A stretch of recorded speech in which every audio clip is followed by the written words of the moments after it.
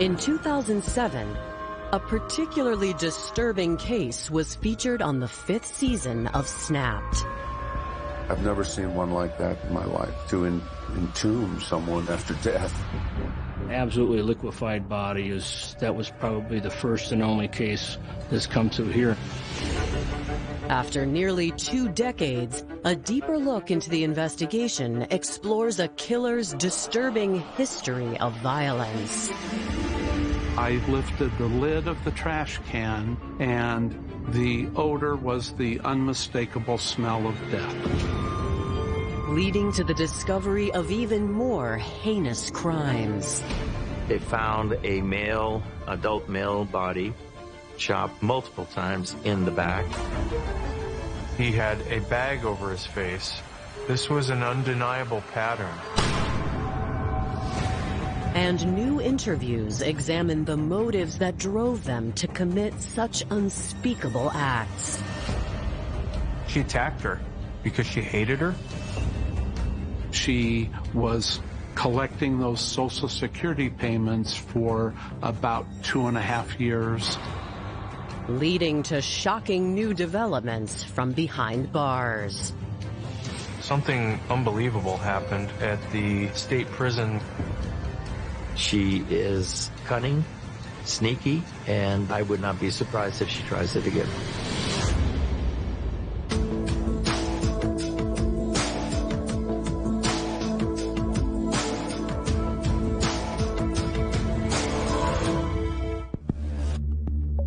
February 5th, 2001. At approximately 1:30 p.m., police in Las Vegas, Nevada receive an ominous call from the manager of a storage facility. The concern that the storage unit manager had is that there had been numerous complaints of a foul odor emanating from somewhere in the storage facility. They said the odor was the unmistakable smell of death.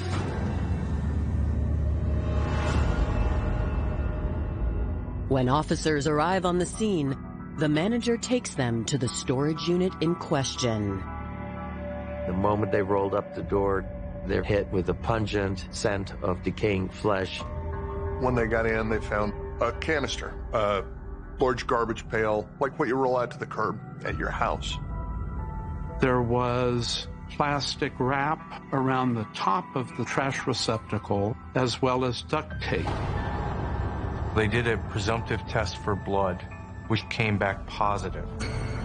That in turn led the authorities to pursue a telephonic search warrant, which would allow them to legally cut open the can. Inside, I saw a human being in an advanced state of decomposition. I've never seen one like that in my life. It was a terrible way to entomb someone after death. They could not really tell how long the body had been there, because this body basically was sealed in this contained environment for who knows how long. Cause of death is impossible to determine, but the circumstances suggest foul play. They noticed that there was a bag that appeared to be tied around this person's face. Somebody had taken great care and pain and effort in order to try to seal this garbage can. It certainly was done by an individual that did not want this body to be discovered. I found a wallet with a driver's license in the name of Christine M. Smith in a plastic bag in the unit. They learned that this particular unit was leased out and rented out to a woman named Brookey West, who was Christine Smith's daughter.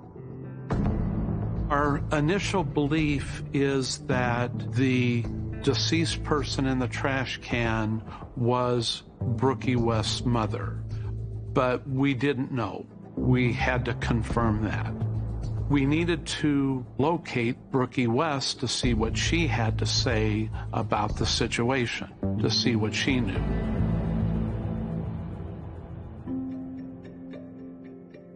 For both Christine and Brookey, life had always been a challenge.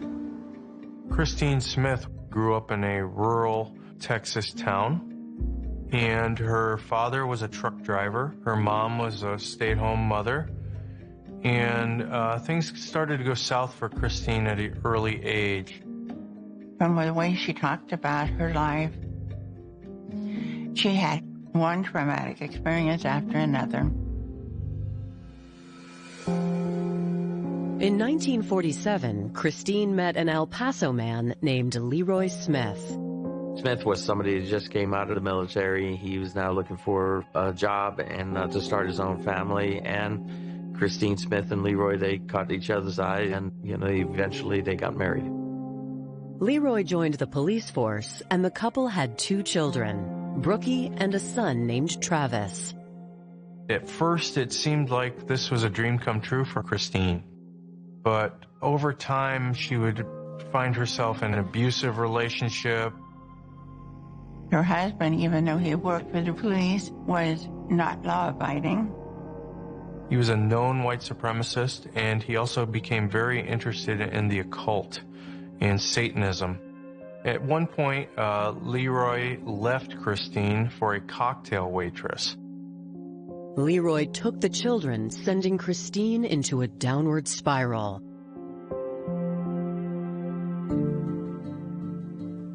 She began an affair of her own with a married man named David. She fell madly in love with him, and over time realized that she'd been bamboozled, that he had no intention of leaving his wife, and that he was just using Christine for sex. She asked to meet him at a bar. The man showed up, sat down. Christine pulled out a shotgun and shot him at point-blank range. I was like, oh my God, how could you do that? She said, he discarded me. I was angry at having been treated like garbage. Christine was quickly arrested after shooting her lover. She ended up getting a sentence of 14 years for an attempt murder charge. However, Christine was paroled after serving only 2 years of her sentence. Upon her release, she was determined to turn her life around. Christine comes out, she reunites with Leroy, and she comes back looking for her children. However, 9-year-old Brookey and 6-year-old Travis were now living under state-sponsored care. Once Christine was incarcerated, Leroy Smith decided he didn't want anything to do with his kids anymore and dropped them off at an orphanage. One day, they got a huge surprise. Leroy showed up at the orphanage with Christine. She had recently been released from prison, and Leroy and Christine took the kids back. Leroy moves the whole family to California. After high school, Brookey briefly enlisted in the Army before transitioning to a career in technology. Well, during the military, Brookey learned a lot of skills, and it was in that time period when computers became more and more prevalent. She has innate ability to understand coding, numbers, very detailed information that she's able to memorize and maintain.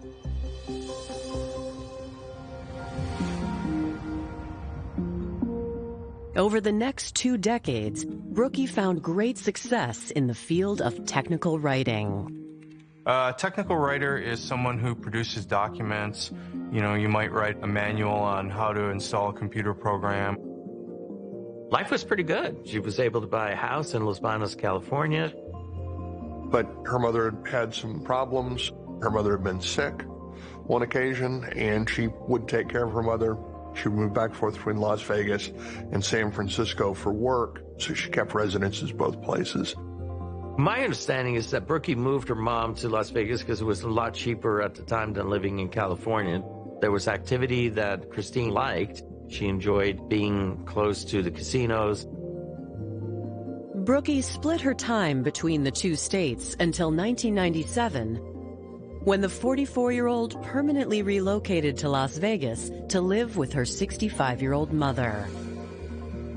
The pair settled into a happy rhythm. But 4 years later, their reunion has ended in tragedy. A decomposed body has been discovered hidden in a storage unit rented by Brookey, and investigators want to know who it belongs to. The can with the body inside was transported to the Clark County Coroner's Office, and a very unusual autopsy unfolded. They took the can and basically tipped it upside down and poured the contents out onto a gurney. Absolutely liquefied body that was probably the first and only case that's come to here. There was insect larvae, maggots, that were on and around the body. And authorities collected many samples of these insects. The cause and manner of death was unknown. There was nothing obvious, no gunshot wounds, no stab wounds, none of the things you might associate with some kind of violent event. The victim's teeth are intact, allowing the coroner to use dental records to positively ID the body as Christine Smith. One mystery has been solved, but more arise when detectives take a closer look at the items in the storage unit. There were books dealing with witchcraft, books dealing with black magic, books dealing with Satanism, and things of that nature. The crime scene itself was so unusual and so bizarre that you can't help but ask, could these be related?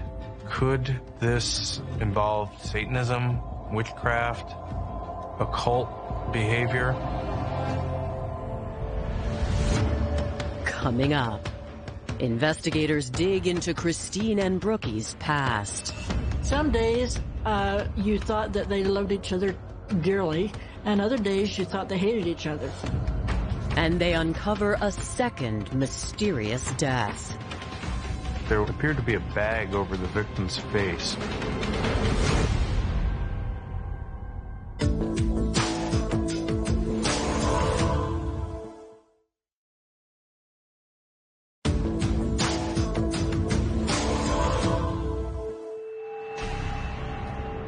Detectives in Las Vegas, Nevada are investigating the disturbing death of 68-year-old Christine Smith. It's a crime scene unlike any they've ever encountered. Of course, Las Vegas has a real dark side to it. But the idea of finding a garbage can with a body in it in a storage shed and books about witchcraft and Satanism, I mean, their minds were spinning as to what could possibly explain this. Her daughter, Brookey West, is the first person they need to speak with. They had a lot of questions regarding Christine Smith. First and foremost, how did she die? But the bigger question was, how did she get in that garbage can? And why is she in a storage unit that came back to Brookey West? When police check Christine's last known address, they discover it was also leased to Brookey. The two homicide detectives ended up getting a search warrant and going to her apartment. They knock on the door and Brookey Lee West is not there. They went inside and started looking around. Clearly a nice apartment, lots of nice belongings in there. There was not a lot of furniture in there, but clearly it had been occupied. It appears that only Brookey had been living there. Investigators also find several pieces of suspicious evidence. We found duct tape. We found what we believe to be the key to the lock for the storage room that Christine's body was in.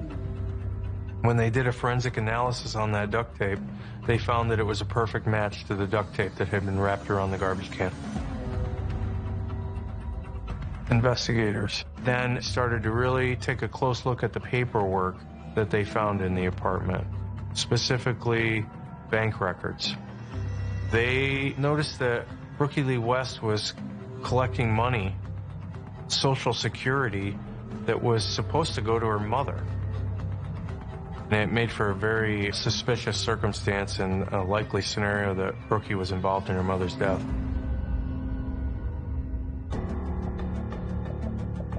They speak to Christine and Brookey's neighbors to try to shed light on their relationship. What they learn is eye-opening. Some days you thought that they loved each other dearly, and other days you thought they hated each other.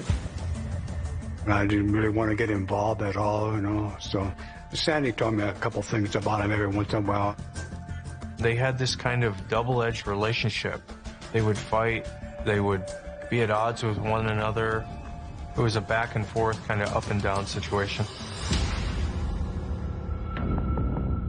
According to Christine's friends, the source of the conflict dated back to Brookey's childhood. Christine's own upbringing had left scars and poor boundaries for raising her daughter. It seemed like Christine was very dysfunctional, and she needed Brookey for that dysfunction. Christine basically taught Brookey how to be a criminal. When she was a child, they became shoplifters and swindlers and grifters, and so this was Brookey's role model. Growing up, it became apparent to Brookey that she needed to get away from her mother, so she decided to join the Army.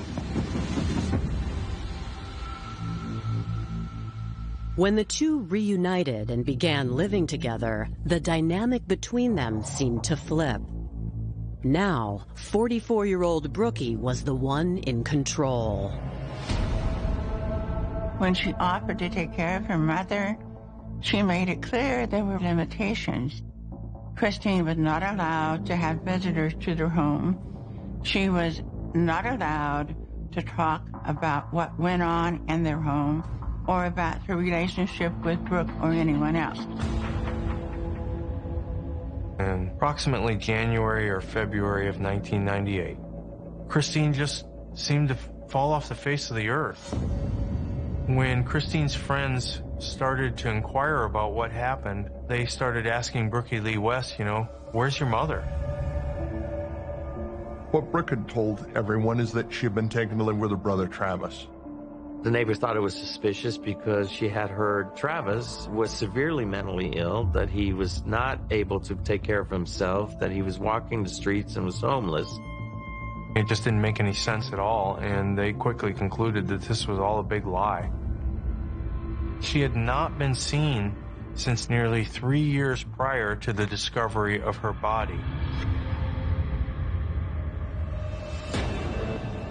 To investigators, the news seems to confirm their suspicions about Brookey's involvement. Well, about an hour after they left her apartment, the manager called and said that Brookey West had returned to the apartment, but had left. And the manager had a description of her vehicle. At one point, they do in fact spot Brookey driving in her truck, and she is pulled over and taken into custody and arrested on a charge of murder for the killing of her mother. The only thing that Brooke ever told the police was, my mom died of natural causes. According to Brookey, she found her mother dead in 1999. She claimed that she simply panicked and decided to dispose of her mother in the garbage can.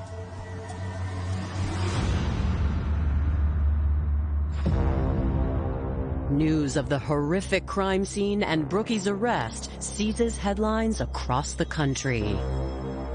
The circumstances were so unusual that it drew a lot of attention.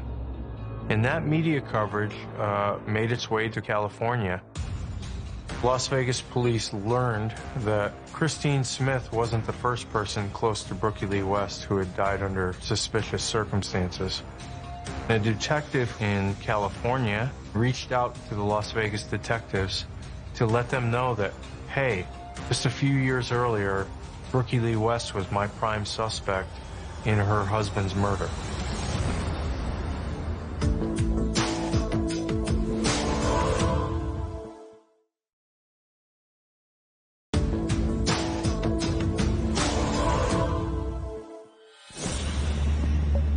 After learning that Brookey West was connected to a previous homicide, Las Vegas investigators asked their counterparts in California to walk them through the details of that unsolved case.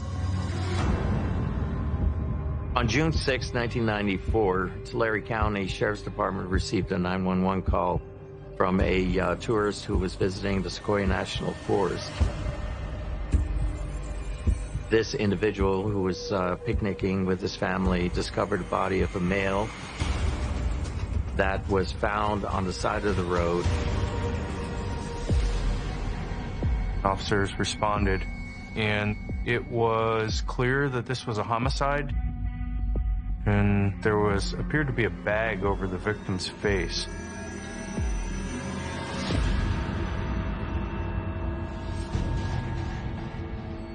They looked for any signs of a weapon and couldn't find anything. There did not appear to be any foul play around the location. They quickly concluded that the victim had been shot elsewhere and that this was actually a dump site. Fingerprints were taken from the deceased, and they soon found out that their victim was a man named Howard Simon St. John. The body of Howard St. John was transported to the coroner's office for further analysis. Authorities looked at the condition of the body, and they were able to determine that he had died relatively recently, within the last 12 to 24 hours. Howard St. John had been shot multiple times in the back. Either he was running away in fear for his life, or he was completely shot by surprise.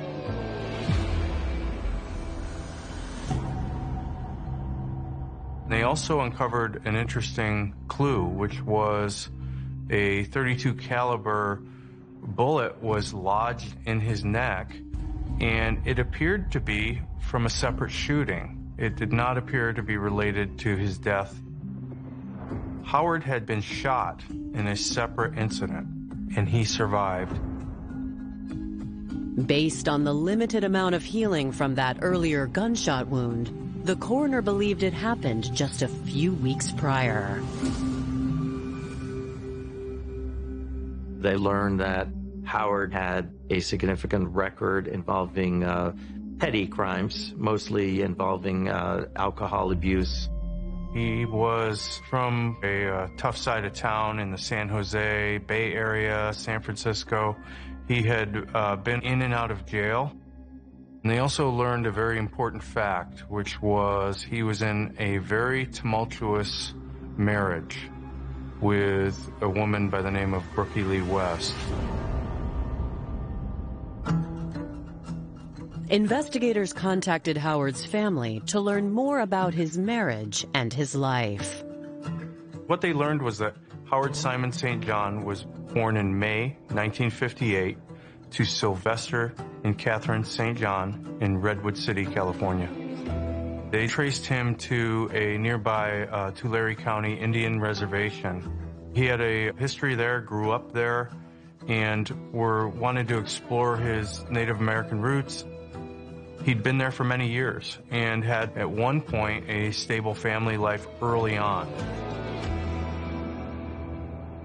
But, over time, Howard struggled with alcohol and drugs and ended up homeless. After several years struggling with addiction, Howard's friends got him into a shelter and he started Alcoholics Anonymous. He and Brookey met at one of the meetings in the spring of 1994. Brookey West was attending these AA meetings not because she was an alcoholic, but she was actually bringing her elderly mom, Christine Smith, and she suddenly started eyeing Howard St. John. She appeared to be well off, a well-dressed, beautiful woman who was very successful. He showed up in T-shirts, unkempt clothing, did not seem to have any money, and those are two people that you would not have expected to see get together. But a relationship blossomed. Next thing you know, Howard St. John is telling everyone that he was moving into Brookey's home. Within a matter of a month or two, they ended up going to Reno, eloping, and getting married in Nevada. In this investigation that I received from the Tulare County Sheriff's Department, there was a notation about the first domestic violence that occurred about 2 weeks prior to Howard's death. On May 21st, about a month after they got married, there had been an altercation and domestic violence situation, and Brookey used a firearm to shoot at Howard. He was shot in the neck. So on June 9th, 1994, investigators went to their home in California to question her about his death. You have a prior domestic dispute involving gun violence, and then a few weeks after that, Howard turns up dead. So it would be logical for the authorities to really scrutinize this relationship. Coming up, an unsolved death sheds light on the current murder investigation. I was surprised and kind of eerily seeing similarities. And detectives try to bring a remorseless killer to justice. This case was about greed, hatred, selfishness.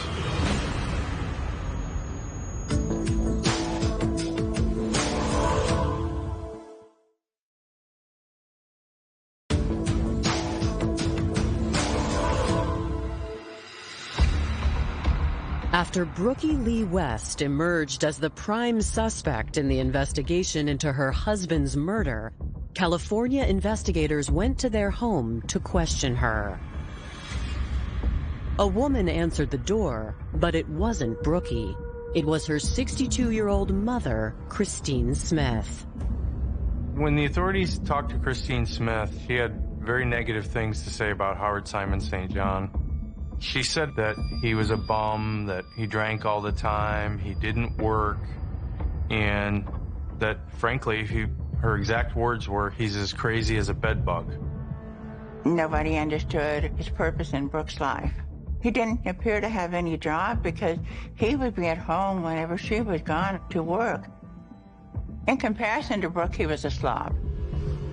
She said he had a long-term alcohol problem and had a history of being violent with Brooke. In the process, too, she started talking about the incident that happened 2 weeks prior.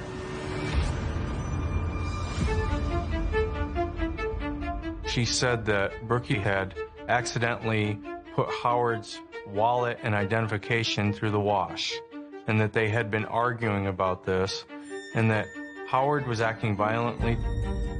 She reached for a gun and fired in self-defense. It was a miracle that Howard even survived the gunshot. He had been shot in the neck at very close range. Brookey was charged in the shooting incident, but the case was dismissed. After the shooting, Howard told the authorities he didn't want her prosecuted. He wanted them to drop the charges. Against advice from his family, his friends, and everyone else, he quickly reunited with Brookey.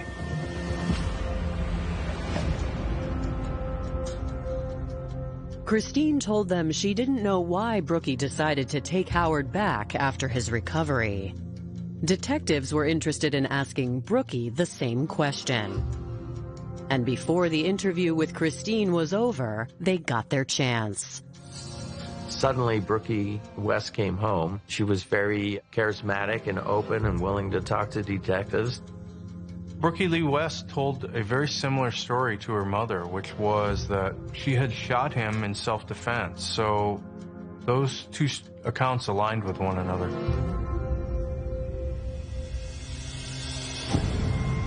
She kind of painted the picture that she had a very soft heart for him, that she loved him. She wanted to have that relationship succeed. But according to Brookey, Howard seemed to have other plans. After things had calmed down, Brookey worked that whole weekend before returning to Los Baños and learned that Howard was no longer there and had stolen $3,000 from her. She said he had taken that money and gone with some associates to Reno and gambled that money away. Brookey claimed she never saw her husband again. At the time, California investigators could not confirm her alibi, but without direct evidence of her involvement, they moved on to other possible suspects. Howard had a record of having individuals that he wronged over his lifetime, and so they wanted to continue to see if there were any other potential persons of interest that they wanted to talk to. They were very, very meticulous about this case. They assembled hundreds of interviews. They really did their homework, but the case just never came together. That case file sat with the Tulare County Sheriff's Department for many months, going into years, as unsolved. But 7 years later, Las Vegas detectives wonder if Brookey is responsible for the deaths of both her mother and her former husband. Now, you've got two dead bodies of people that are closely associated with Brooke. I was surprised and kind of eerily seeing similarities with what happened to Christine Smith and with what happened to Howard St. John. Howard had a bag over his face, and so did Christine Smith. This was an undeniable pattern. Now we have to look at Christine's death and find enough evidence to prove beyond a reasonable doubt that Brookey West killed her mom.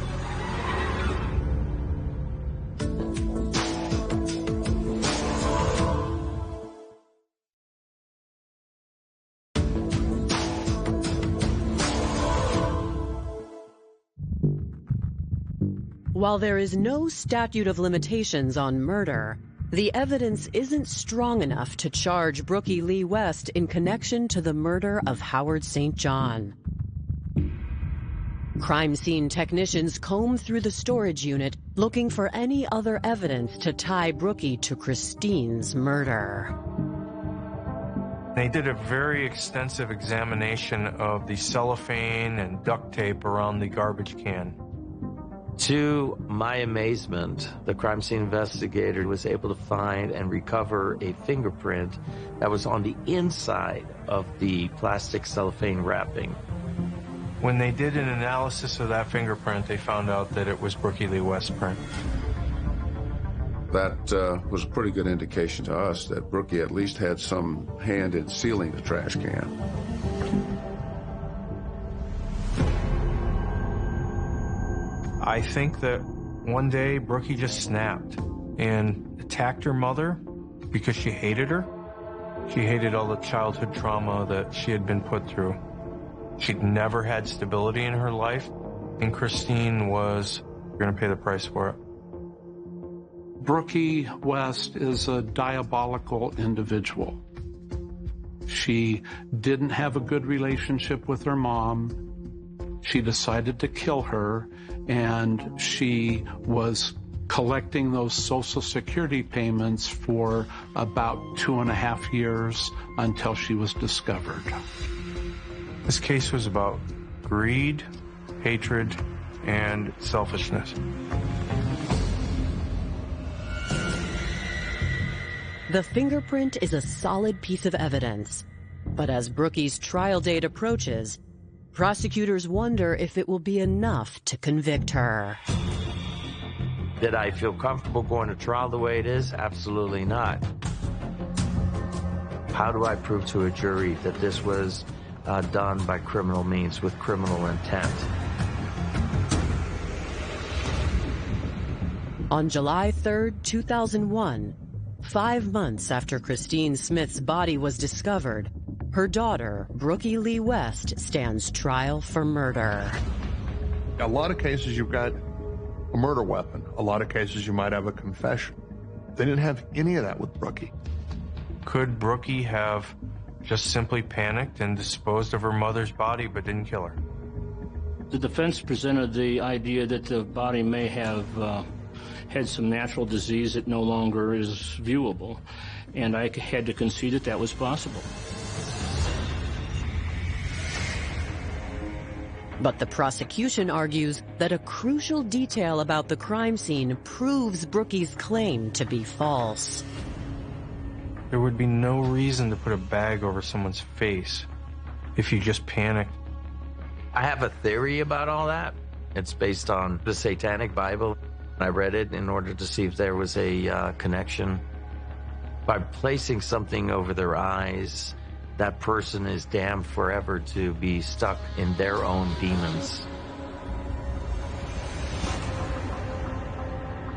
They bolster their case with the expert testimony of a forensic entomologist. You would expect that within minutes, if not within the hour, blowflies would have colonized the body. But we don't have the blowflies. That gave an indication that Brookey must have had the garbage can ready, the cellophane wrapping ready, and the duct tape ready.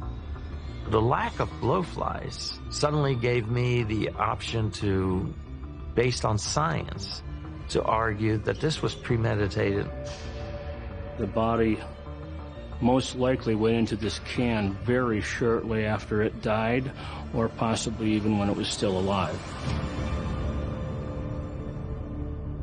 On July 19th, 2001, the jury delivers its verdict. The jury took just 2 hours to convict Brookey Lee West of first-degree murder. Brookey Lee West was sentenced to life in prison without parole. I absolutely feel that justice was served in this case. She did it, and she needs to suffer the consequences. There are certain crimes that, are beyond the pale, and this was certainly one of them. How can anybody do that? Especially your own daughter, murder her mother that way? Shocking, really, even now. 6 years after the verdict, Brookey's case is featured on the 5th season of Snapped. But her story doesn't end there. Nearly 10 years after Brookey Lee West was convicted of murder, something unbelievable happened at the state prison where Brookey was serving her life sentence.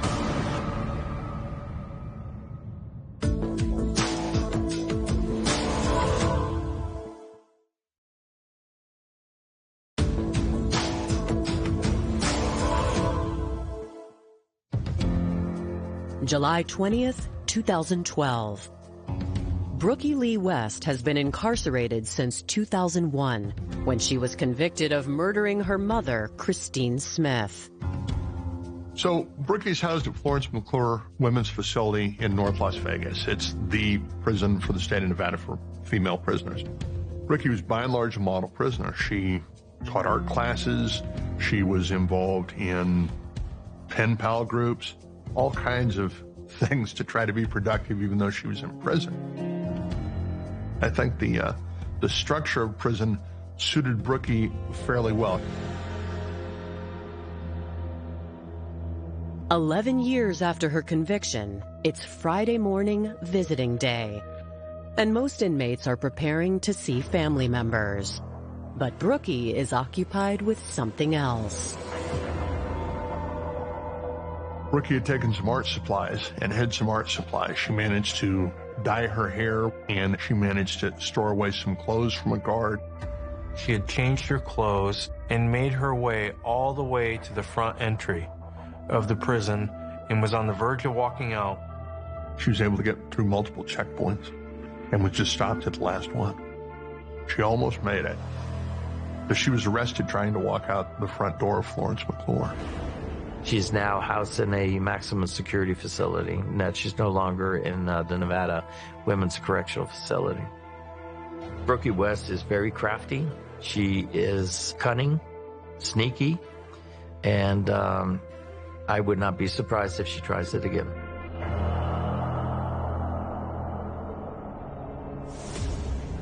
The story surrounding Brookey Lee West and her exploits have made her one of the most notorious killers in Las Vegas history.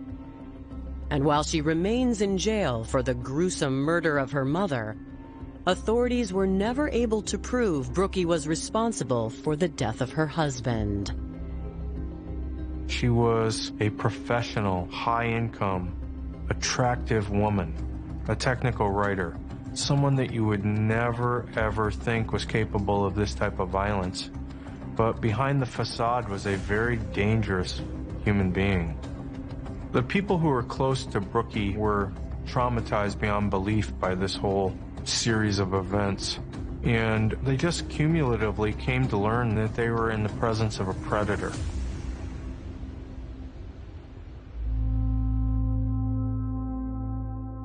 Howard St. John was in the wrong place in the wrong time with the wrong person. Christine was colorful, she was chaotic, she was troubled, she was friendly, she was funny. We should remember Christine as a victim, despite all her flaws. I really felt bad for Christine. Really, the whole thing, you know. She never deserved that at all. I loved Christine. She was uniquely her, but everybody has good qualities and bad qualities, and I can accept them as they are. We all have good and bad in us. No one deserves to die at the hands of a murderer. No one.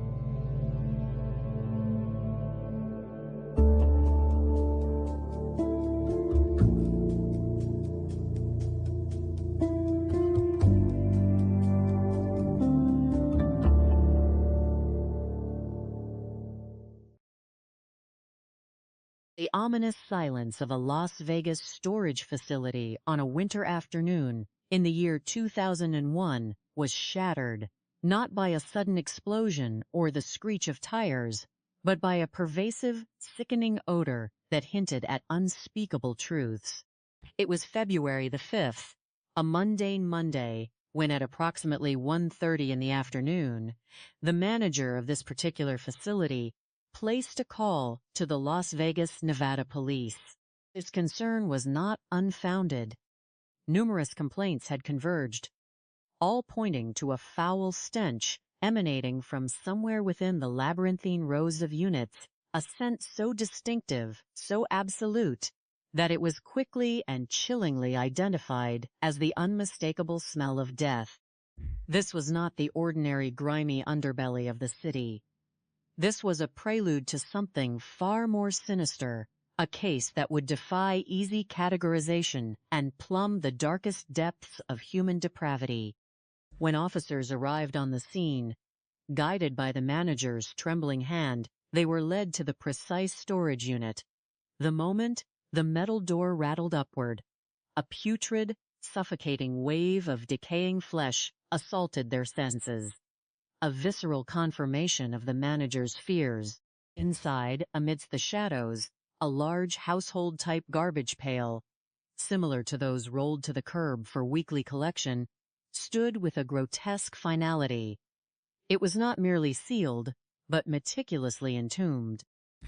Plastic wrap, secured with multiple layers of duct tape, covered the opening, a stark testament to a desperate attempt at concealment. A presumptive test for blood yielded a swift positive result, hardening the initial suspicion into a chilling certainty. Legal proceedings moved ve capite, hat swift efficiency. A telephonic search warrant was secured, granting authorities the right to pierce the meticulously crafted seal. What lay within defied immediate description, leaving even seasoned officers in a state of profound disquiet. The canis contents were carefully extracted, upturned onto a gurney at the Clark County Coroner's office, revealing a human being in an advanced state of decomposition, the body almost entirely liquefied. This was, as one forensic expert later articulated, perhaps the first and only case of its kind encountered by their office, a level of decay and confinement that pushed the boundaries of ordinary forensic analysis. Insect larvae, teeming maggots, were everywhere, an ecosystem of oblivion that forensic entomologists would later meticulously analyze. Determining the cause and manner of death proved a formidable challenge.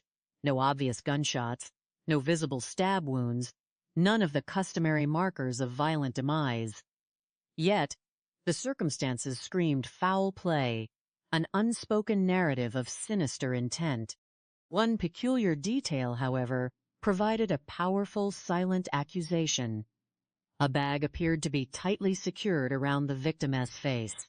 This was not an act of panic, but an act of chilling deliberation, suggesting that immense care, pain, and effort had been expended to seal this garbage can, to ensure this body would never be discovered.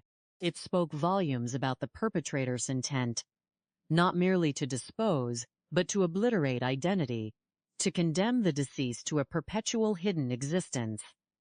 Amidst this macabre scene, a plastic bag was found, containing a wallet and a driver's license. The name on the license was Christine M. Smith.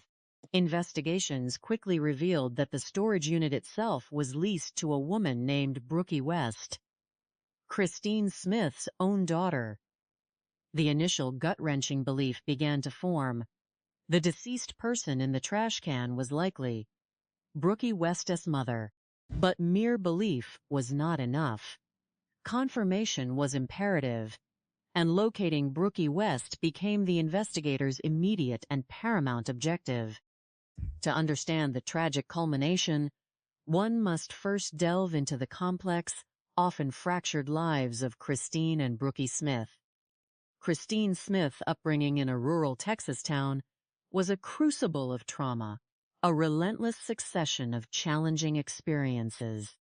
Born to a truck driver father and a stay-at-home mother, her early life was marked by instability.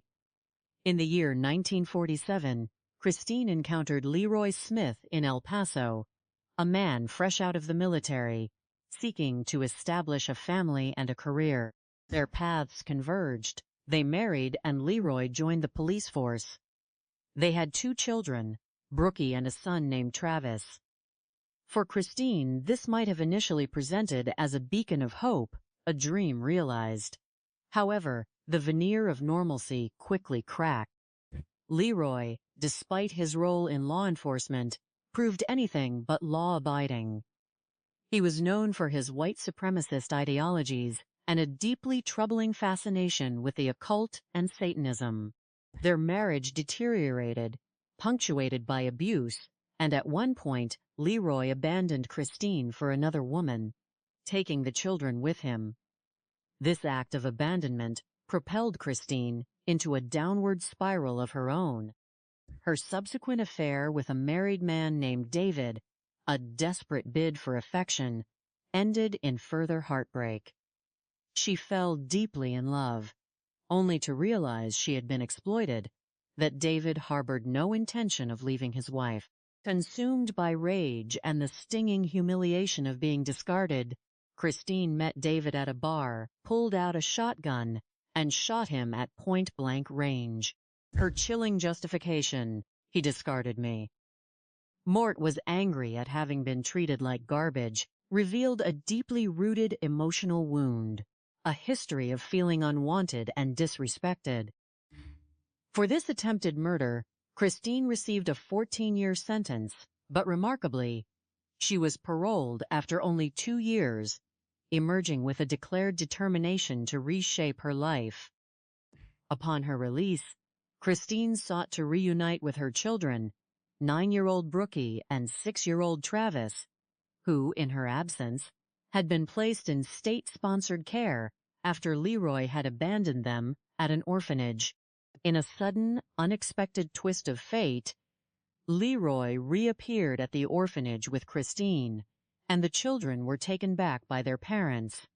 The family moved to California. Brookey, seeking an escape or perhaps a sense of order, briefly enlisted in the Army after high school. It was during this period that her innate abilities blossomed. As computers became more prevalent, Brookey, with her talent for coding, numbers, and meticulous information retention, transitioned into a highly successful career as a technical writer. She excelled, producing essential documents and manuals for complex computer programs, and eventually purchased a home in Los Banos, California. Life appeared to be stable, even prosperous for Brookey.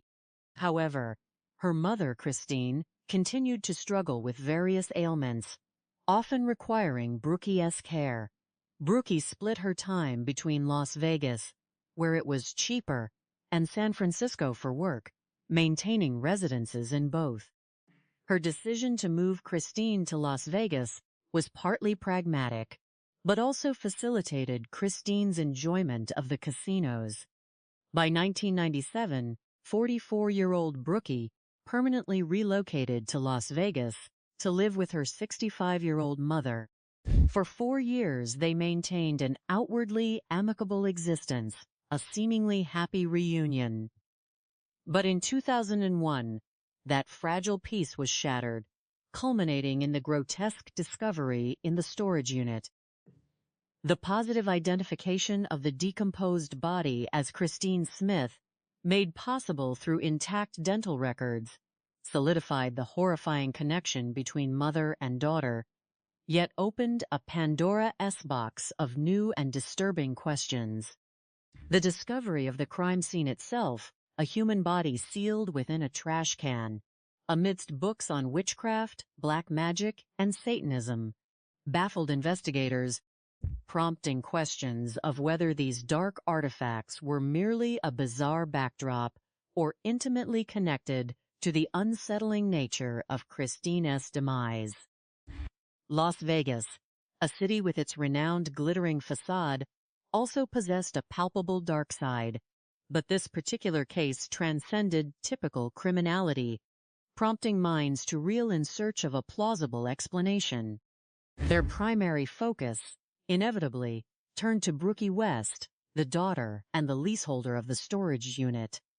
Questions swirled around Christine's death: how she died, how she came to be encased in the garbage can, and why her body was found in a unit rented by Brookey. Detectives confirmed that Christine's last known address was also leased to Brookey. Obtaining a search warrant, 2 homicide detectives entered Brookey's apartment. It was a well-appointed space, neatly maintained, indicating occupancy, though sparsely furnished. Crucially, it seemed only Brookey was living there. Within the apartment, several pieces of incriminating evidence emerged. Duct tape, eerily similar to that found on the garbage can, and what appeared to be the key to the storage unit lock.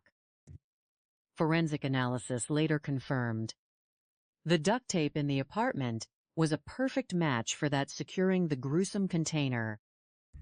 Further scrutiny of paperwork found in the apartment, specifically bank records, uncovered a profoundly suspicious financial anomaly. Brookey Lee West had been collecting her mother's Social Security payments. This act, spanning approximately 2.5 years following Christine's disappearance, transformed suspicion into a highly probable scenario of Brookey's direct involvement in her mother's death, adding the potent motive of financial gain to the growing list of unsettling discoveries. Interviews with Christine and Brookey's neighbors painted a portrait of a volatile, profoundly dysfunctional relationship. Some days they appeared to love each other dearly. Other days, a palpable hatred hung in the air, creating a confusing, double-edged dynamic. They were frequently at odds, engaged in an ongoing, tumultuous back and forth. Friends of Christine confided that the root of this conflict extended back to Brookey's childhood. Christine's own scarred upbringing had rendered her incapable of establishing healthy boundaries, molding Brookey into a pattern of dysfunction. In a heartbreaking twist, Christine had inadvertently taught Brookey how to navigate the criminal underworld, initiating her daughter into shoplifting, swindling, and grifting. Christine became, for Brookey, a role model not of rectitude, but of criminal opportunism, tragically blurring the lines between mother and accomplice. As Brookey matured, a realization dawned. She needed to escape her mother's influence, leading to her brief stint in the army. However, upon their reunification and cohabitation, the power dynamic subtly yet decisively shifted. The 44-year-old Brookey, now financially successful and seemingly in control, dictated the terms of their living arrangement. Christine was forbidden visitors and restricted from discussing the details of their home life or their relationship with anyone. Then, in approximately January or February of 1998, Christine simply vanished. When Christine's friends began inquiring, Brookey offered a fabricated story. Her mother had gone to live with her brother Travis. This tale, however, rang false to the neighbors who knew Travis suffered from severe mental illness and was homeless, utterly incapable of caring for himself. The lie quickly unraveled. It became evident Christine had not been seen for nearly 3 years prior to the discovery of her body, corroborating the investigators' darkest suspicions about Brookey's involvement. Approximately an hour after detectives left Brookey's apartment, the complex manager called, reporting that Brookey West had returned, then left again, providing a description of her vehicle. Officers quickly located Brookey driving her truck, pulling her over and taking her into custody, arresting her on a charge of murder for the killing of her mother. Brookey's sole statement to the police was a bland, chilling denial. "My mom died of natural causes," she maintained. She had discovered her mother dead in 1999, panicked, and opted for the extreme measure of disposing of the body in the garbage can. Of the horrific crime, and Brookey's arrest captivated headlines nationwide, the unusual circumstances drawing widespread attention. The media coverage soon extended to California, where it unearthed a chilling echo from the past. Las Vegas police received a critical call from a California detective delivering a stark warning. Brookey Lee West had been their prime suspect in her husband's murder just a few years earlier. This crucial interagency communication initiated a deeper exploration, urging Las Vegas investigators to delve into the details of that cold, unsolved California case. The events in California traced back to June the 6th, 1994. The Tulare County Sheriff's Department responded to a 911 call from a tourist picnicking with his family in the serene Sequoia National Forest. He had made a ghastly discovery, the body of a male abandoned on the side of the road.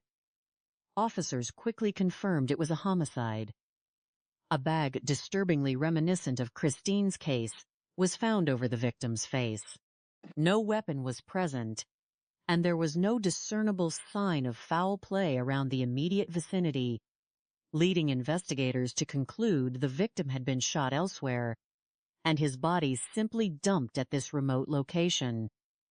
Fingerprints identified the victim as Howard Simon St. John. The body of Howard St. John was transported to the coroner's office, where further analysis revealed he had died relatively recently, within the preceding 12 to 24 hours. Howard had sustained multiple gunshot wounds to the back, indicating he was either fleeing in terror or completely caught by surprise. An intriguing clue also emerged. A .3 2-caliber bullet lodged in his neck, apparently from a separate shooting that he had survived just weeks prior, based on the limited healing evident around the wound. Investigators uncovered Howard's history of petty crimes, primarily linked to alcohol abuse. He hailed from a tough neighborhood in San Jose, Bay Area, San Francisco, with a past marked by stints in and out of jail. Crucially, they learned he had been embroiled in a very tumultuous marriage with a woman named Brookey Lee West. Investigators contacted Howard S. family, piecing together a mosaic of his life. Born in May 1958 to Sylvester and Catherine St. John in Redwood City, California, Howard had a history on a nearby Tulare County Indian reservation, where he had grown up and later returned to explore his Native American heritage. While he had once experienced a period of stable family life, Howard eventually succumbed to struggles with alcohol and drugs, leading to homelessness. After years of battling addiction, friends helped him into a shelter where he began attending Alcoholics Anonymous meetings. It was at one of these meetings, in the spring of 1994, that Howard met Brookey. Brookey Lee West was not attending as an alcoholic herself, but as a supportive presence for her elderly mother, Christine Smith. Howard, dressed in unkempt T-shirts, appeared penniless, a stark contrast to Brookey, who presented as a well-off, elegantly dressed, and successful woman. They were an unlikely pair, yet a relationship inexplicably blossomed. Soon Howard announced he was moving into Brookey's home. Within a mere month or two, they eloped, marrying in Reno, Nevada. A disturbing notation in the Tulare County Sheriff's Department investigation file detailed the first incident of domestic violence, occurring just 2 weeks before Howard's death. On May 21st, barely a month after their rushed marriage, an altercation escalated violently. Brookey used a firearm, shooting Howard in the neck. It was, by all accounts, a miracle he survived a point-blank gunshot wound. On June 9, 1994, California investigators descended upon Brookey and Howard's California home to question her regarding his death. Given the prior domestic dispute involving gun violence, followed by Howard's demise just weeks later, it was logical for authorities to intensely scrutinize their tumultuous relationship. What transpired unveiled a disquieting pattern of deception and control. At their home, the door was answered not by Brookey, but by her 62-year-old mother, Christine Smith. Christine wasted no time in offering a highly negative appraisal of Howard Simon St. John, branding him a bum who constantly drank, never worked, and was as crazy as a bedbug. She vocalized her bewilderment regarding Howard S.'s purpose in Brookey's life, noting his perpetual presence at home while Brookey worked, contrasting his slovenly appearance with Brookey's polished exterior. Christine attributed Howard S.'s alleged violence to a long-term alcohol problem. She also readily recounted the shooting incident from 2 weeks prior, claiming Brookey had accidentally put Howard's wallet and identification through the wash, leading to a violent argument where Howard reacted aggressively, prompting Brookey to fire in self-defense. It was a miraculous survival, given the close range of the gunshot to his neck. Brookey had indeed been charged in that shooting, but the case was ultimately dismissed. Against the earnest advice of his family and friends, Howard, perhaps swayed by manipulation or a complex psychological bond, opted not to pursue prosecution, reuniting quickly with Brookey. Christine professed to be equally baffled by Brookey's decision to take Howard back. As the interview with Christine concluded, Brookey West arrived home. Detectives finally had their chance to question the woman at the heart of the two unfolding mysteries. Brookey presented herself as charismatic, open, and fully cooperative. Her account of the shooting mirrored her mother's self-defense.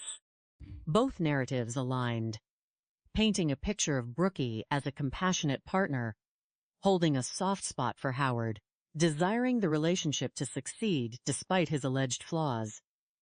However, Brookey's narrative veered after this. She claimed that after the initial turbulence subsided, she worked a full weekend, only to return to Los Baas to find Howard gone. According to Brookey, he had stolen $3,000 and absconded with associates to Reno, gambling the money away, she asserted. She never saw her husband again. At the time, California investigators could not corroborate Brookey's alibi.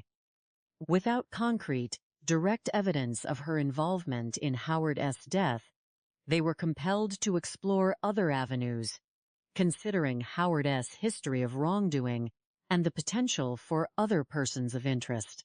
The case was painstakingly meticulous, involving hundreds of interviews, a testament to the investigators' diligence. Yet, despite their exhaustive efforts, the pieces failed to coalesce into a prosecutable case. The file sat dormant with the Tulare County Sheriff's Department for many months, then years remaining unsolved, a grim specter in Brookey's past. 7 years later, the discovery of Christine Smith's body reignited the cold case. Las Vegas detectives, faced with two dead bodies intimately connected to Brookey, couldn't ignore the startling, eerie similarities between the deaths of her mother and her former husband. Howard, like Christine, had been found with a bag over his face. This was an undeniable pattern, a chilling signature that transcended mere coincidence, pointing inexorably towards a singular, malevolent force. The new challenge was clear. Secure enough evidence to prove beyond a reasonable doubt that Brookey West had indeed murdered her mother.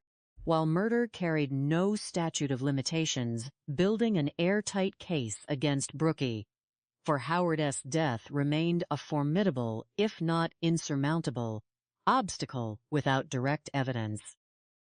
The Las Vegas crime scene technicians meticulously combed through the storage unit, relentlessly searching for any additional evidence that might solidify Brookey's connection to Christine's murder. Their persistence yielded a critical breakthrough. Through an extensive examination of the cellophane and duct tape sealing the garbage can, they discovered a pristine fingerprint on the inside of the plastic wrapping. Analysis of this print conclusively identified it as belonging to Brookey Lee West. This was a crucial piece of evidence, a solid indication that Brookey had been actively involved in the macabre sealing of the trash can, directly implicating her in the disposal, if not the killing. From a criminal psychology standpoint, this was profoundly significant. The careful, almost ritualistic sealing, culminating in Brookey's own fingerprint within the inner sanctum, spoke not of panic, but of deliberate, calculated action. The theory began to crystallize. Brookey, in a moment that could be described as snapping, attacked her mother, fueled by a deep-seated hatred. This animosity was a corrosive byproduct of the childhood trauma inflicted by Christine, a life devoid of stability, for which Christine, in Brookey's warped perception, was ultimately responsible. Brookey West was no ordinary killer. She was a diabolical individual, her resentment intertwined with a chillingly pragmatic avarice. The evidence indicated she killed her mother, then continued to collect Christine's Social Security payments for about 2.5 years, meticulously maintaining the charade until discovery. The underlying motives became starkly clear: greed, hatred, and an insatiable selfishness. Despite the compelling fingerprint evidence, As Brookey's trial date approached, prosecutors grappled with lingering uncertainties. Was it enough to secure a conviction for first-degree murder?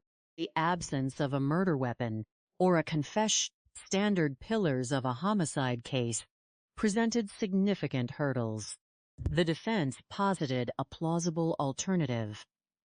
Perhaps Brookey had merely panicked, disposing of her mother's body, implying Christie's might have died from natural causes, a disease that, due to the extreme decomposition, was no longer ascertainable. The prosecution, in an acknowledgement of scientific limits, had to concede this theoretical possibility. However, a critical detail of the crime scene ultimately allowed the prosecution to dismantle the panic defense. The deliberate act of placing a bag over Christina's face negated any claim of simple, instinctual reaction. Panic might lead to frantic disposal, but it rarely dictates such a specific, almost symbolic act. A prosecutor, seeking to understand the dark intricacies of the case, had even delved into the contents of the occult books found in the storage unit, particularly the Satanic Bible.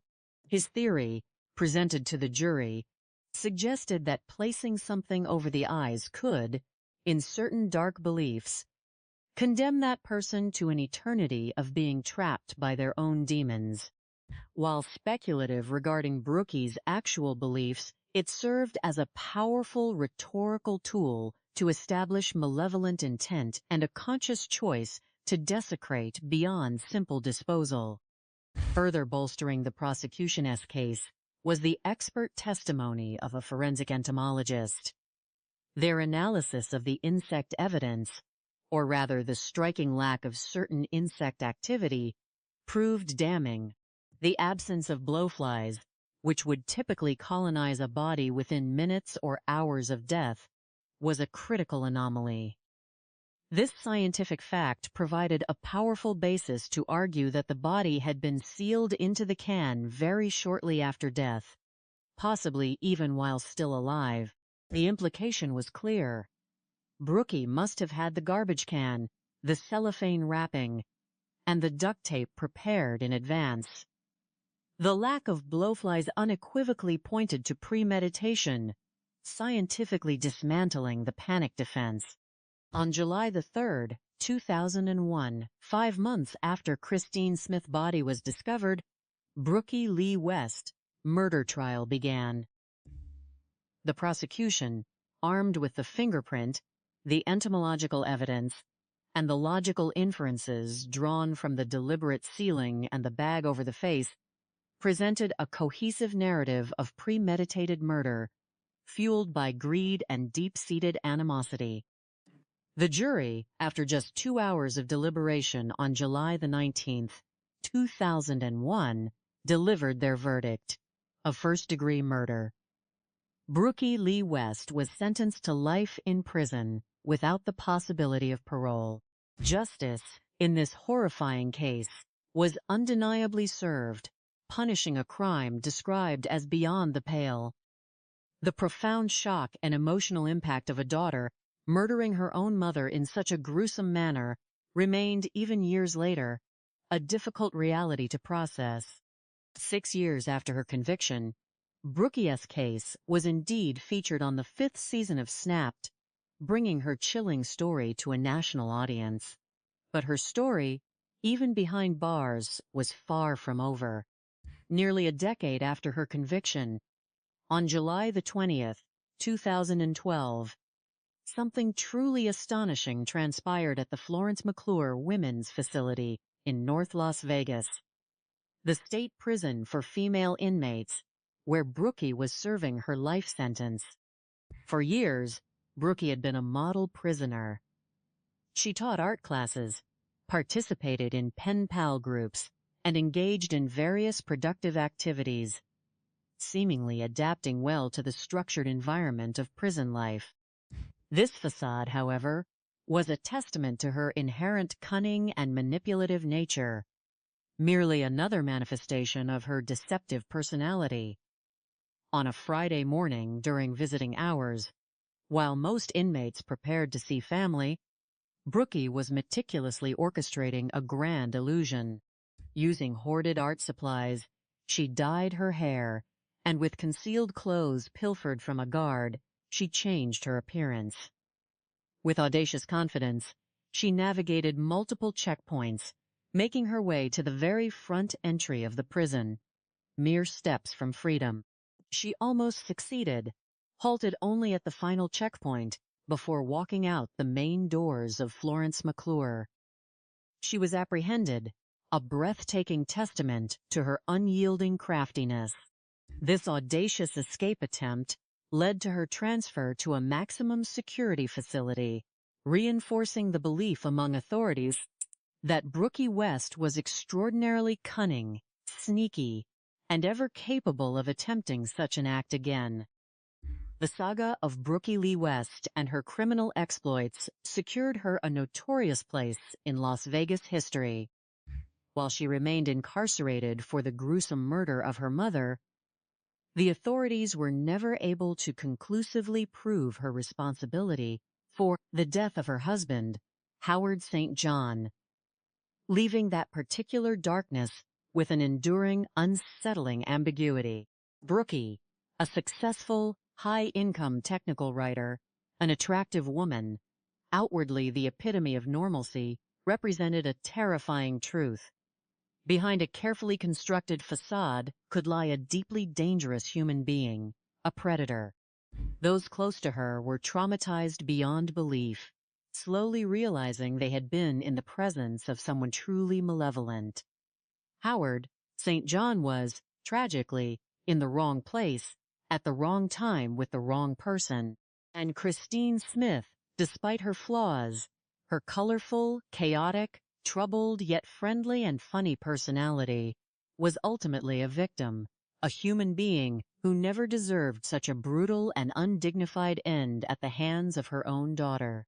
It is a stark reminder that inherent goodness and darkness reside within us all, and no one, regardless of their imperfections, deserves to die at the hands of a murderer. Reflecting on the motivations behind such heinous acts, particularly those committed by someone like Brookey West, a criminal psychology analyst would highlight a complex tapestry woven from a deeply dysfunctional past, unresolved trauma, and what appears to be a progression of predatory behavior. Christine Smith's early life, marked by abandonment, an abusive marriage to a man involved in white supremacist and occult ideologies, and her own violent outburst, when feeling discarded, illustrates a cyclical pattern of trauma. This generational trauma undoubtedly scarred Brookey. Growing up, Christine, instead of protecting Brookey, involved her in petty criminality, shoplifting, swindling. This established a foundation where deceit and illegal activity became normalized behaviors rather than exceptions. Brookey learned, from her mother, how to be a criminal. The moral compass was, from an early age, skewed.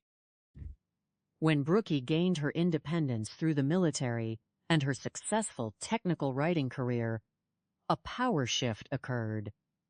The relationship with her mother, already fraught, transitioned into one where Brookey exerted control, moving Christine to Las Vegas, restricting visitors, fabricating stories about her disappearance.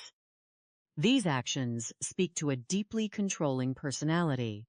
The primary motives, as revealed by the investigation, were a chilling combination of resentment and greed.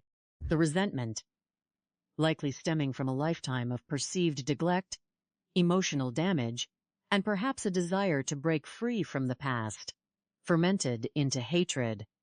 This hatred likely culminated in a moment of snapping, as described by investigators. The financial motive, collecting Christine's Social Security payments for over 2 years, adds a cold, calculated layer to the act, suggesting that while the initial act might have been emotional, the subsequent cover-up was rational and self-serving. It speaks to a deep selfishness, prioritizing personal gain over any filial bond or moral responsibility. The sophistication of Brookey West, from a detective's perspective and a criminal psychologist analysis, is multifaceted and alarming. On the one hand, she was adept at crafting a believable facade, a successful professional, well-dressed, charismatic, able to navigate social situations. Ve capite hot ease, even earning a model prisoner reputation. This ability to mask her true nature is a classic trait of individuals with psychopathic tendencies. Though without a clinical diagnosis, one can only observe the behavioral patterns. Her choice of victims, her vulnerable, elderly mother, and an equally vulnerable husband struggling with addiction, demonstrates a predatory instinct. She targeted those less likely to fight back effectively, and those whose disappearance or death could be more easily attributed to natural causes or their troubled lifestyles. The meticulousness of the disposal, the elaborate sealing of the garbage can, wrapped with plastic and duct tape, speaks to premeditation and a desire for ultimate concealment. It wasn't a rushed, sloppy act, but one that consumed time and effort, underscoring a calm, methodical approach to crime. The bag over the face, a disturbing commonality in both Christine and Howard S. deaths, emerges as a significant criminal signature. While the Satanic Bible theory provided a compelling narrative for the jury, from a psychological perspective, it more fundamentally represents dehumanization. By obscuring the victim's face, the perpetrator severs the last vestiges of human connection, turning the deceased into an object, making the act of disposal easier to compartmentalize emotionally. It indicates a detachment and a lack of empathy central to profound antisocial behavior. Brookey's repeated use of deceptive narratives. Howard stole money. Christine went to live with Travis, natural causes death, showed a consistent reliance on lying to control the narrative and deflect suspicion. Her audacious prison escape attempt, years after conviction, further highlights her cunning, resilience, and an unwavering belief in her ability to outwit systems and individuals. She is not easily deterred and possesses a remarkable ability to plan and execute complex deceptions. This sophistication is not about high intelligence in a conventional sense, but rather a specific intelligence geared towards manipulation, evasion, and self-preservation at any cost. For police investigators, this case offers invaluable lessons in tracking perpetrators and the profound importance of diligence and interagency collaboration. Firstly, the paramount importance of a meticulous crime scene investigation, regardless of how seemingly impossible or grotesque it appears. In Christina's case, the advanced decomposition posed immense challenges. However, the rigorous work of crime scene technicians led to the discovery of Brookey's fingerprint inside the plastic wrap. This tiny, almost missed detail proved pivotal, directly linking the perpetrator to the act of concealment. Had this step been overlooked due to the repulsive nature of the scene or presumed futility, a critical piece of evidence would have been lost. The lesson for law enforcement is clear. Never compromise on thoroughness, no matter the circumstances, as even the most minute detail can unlock a case. Secondly, the indispensable role of forensic science, particularly specialized fields like forensic entomology. The entomologist's testimony about the absence of blowflies was the just interesting trivia. It was the scientific linchpin that dismantled Brookey's panic defense. It provided concrete, unassailable evidence of premeditation, elevating the charge and the prosecution's argument. Police departments must invest in and leverage such specialized expertise, understanding that biological and environmental clues can often tell a story that human witnesses cannot or will not. Thirdly, the critical nature of interagency communication and cold case review. The initial breakthrough came when media coverage of Christine's murder reached California, prompting a detective to connect it to an unsolved case involving Howard St. John. Without this sharing of information across jurisdictions, the chilling pattern might have gone unnoticed. Law enforcement agencies must foster robust communication channels, regularly review cold cases with new eyes, and be open to linking seemingly disparate events through common denominators, especially suspect profiles or unique modus operandi. The bag over the face in both cases served as a distinctive criminal signature, highlighting the importance of criminal profiling and pattern recognition. Fourthly, following the money. The discovery that Brookey was collecting Christine S. Social Security payments provided a powerful financial motive, anchoring the emotional elements of the crime in concrete evidence. Financial investigations, including bank records, asset searches, and benefit checks, are often overlooked but can reveal significant motives for homicide and help establish timelines of deception. Fifthly, paying close attention to neighborhood whispers and anecdotal evidence.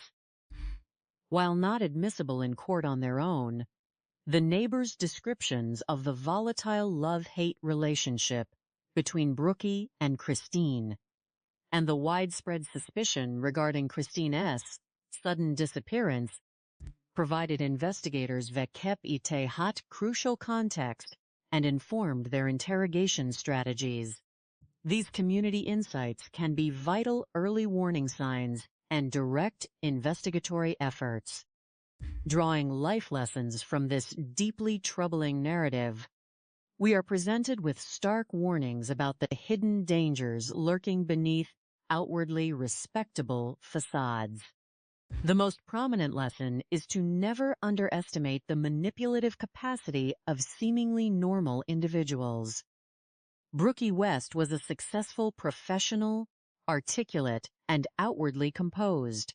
Her criminal acts were not born of desperation, but of a calculated, deep-seated malice and a profound lack of empathy. We must cultivate a healthy skepticism and awareness that appearances can be profoundly deceiving. True character is revealed not in public performance, but in private actions and consistent ethical conduct. Secondly, recognize and intervene in cycles of domestic abuse and dysfunctional family dynamics.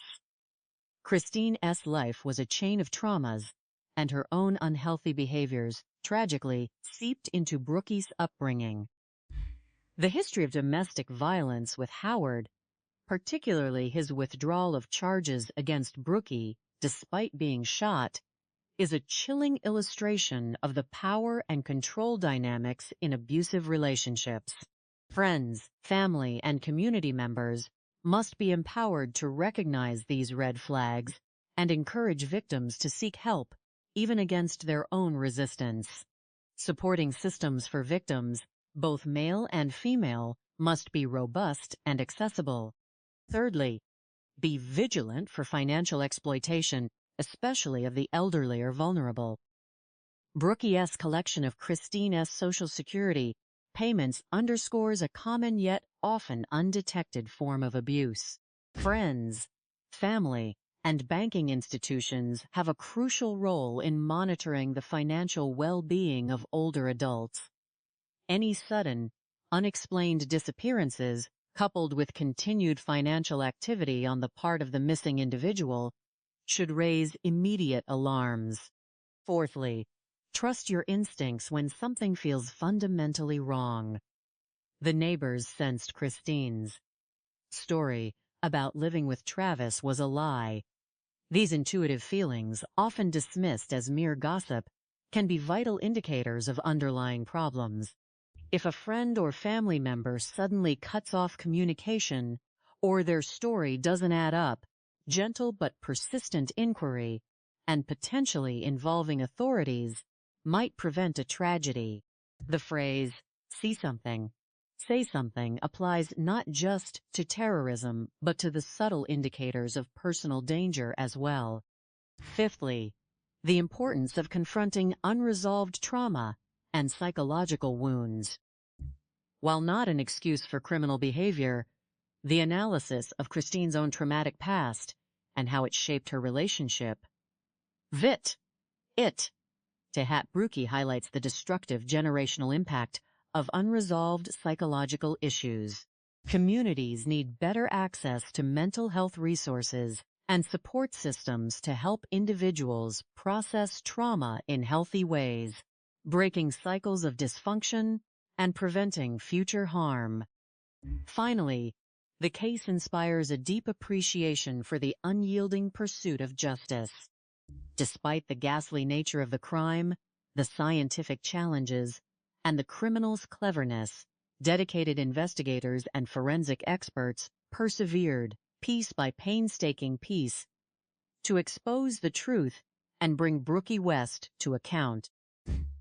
It reminds us that even in the darkest corners of human behavior, the light of justice can eventually shine, validating the efforts of law enforcement and honoring the memory of victims like Christine Smith and Howard St. John, individuals who, despite their complexities and struggles, did not deserve to have their lives cruelly extinguished. Their story serves as a profound and enduring cautionary tale, resonating with a timeless message about the unseen predators among us, and the perpetual vigilance required to protect the vulnerable and uphold the very fabric of civilized society. The quiet triumphs of forensic science, the tenacity of police work, and the steadfast commitment to ethical reasoning ultimately converged to illuminate the truth, reminding us that no matter how cunning or hidden, crime eventually leaves its indelible mark, allowing justice, however slow, to ultimately find its way. In the annals of true crime, where every narrative seeks to unravel the tangled threads of human malevolence, certain cases carve out an almost indelible mark, not merely for their inherent tragedy, but for the chilling sophistication and sheer audacity displayed by the perpetrators. Such was the profoundly disturbing saga that unfurled itself across nearly 2 decades, its genesis rooted in the year 2001, though its tendrils stretched back far longer into the shadowed histories of those involved. It was a case so unique, so utterly macabre in its execution, that even seasoned investigators confessed to having never witnessed anything quite like it. This wasn't merely a crime of passion or convenience. It was a carefully orchestrated act, culminating in a grotesque act of entombment, leaving behind a body so profoundly altered, it challenged every conventional notion of forensic examination.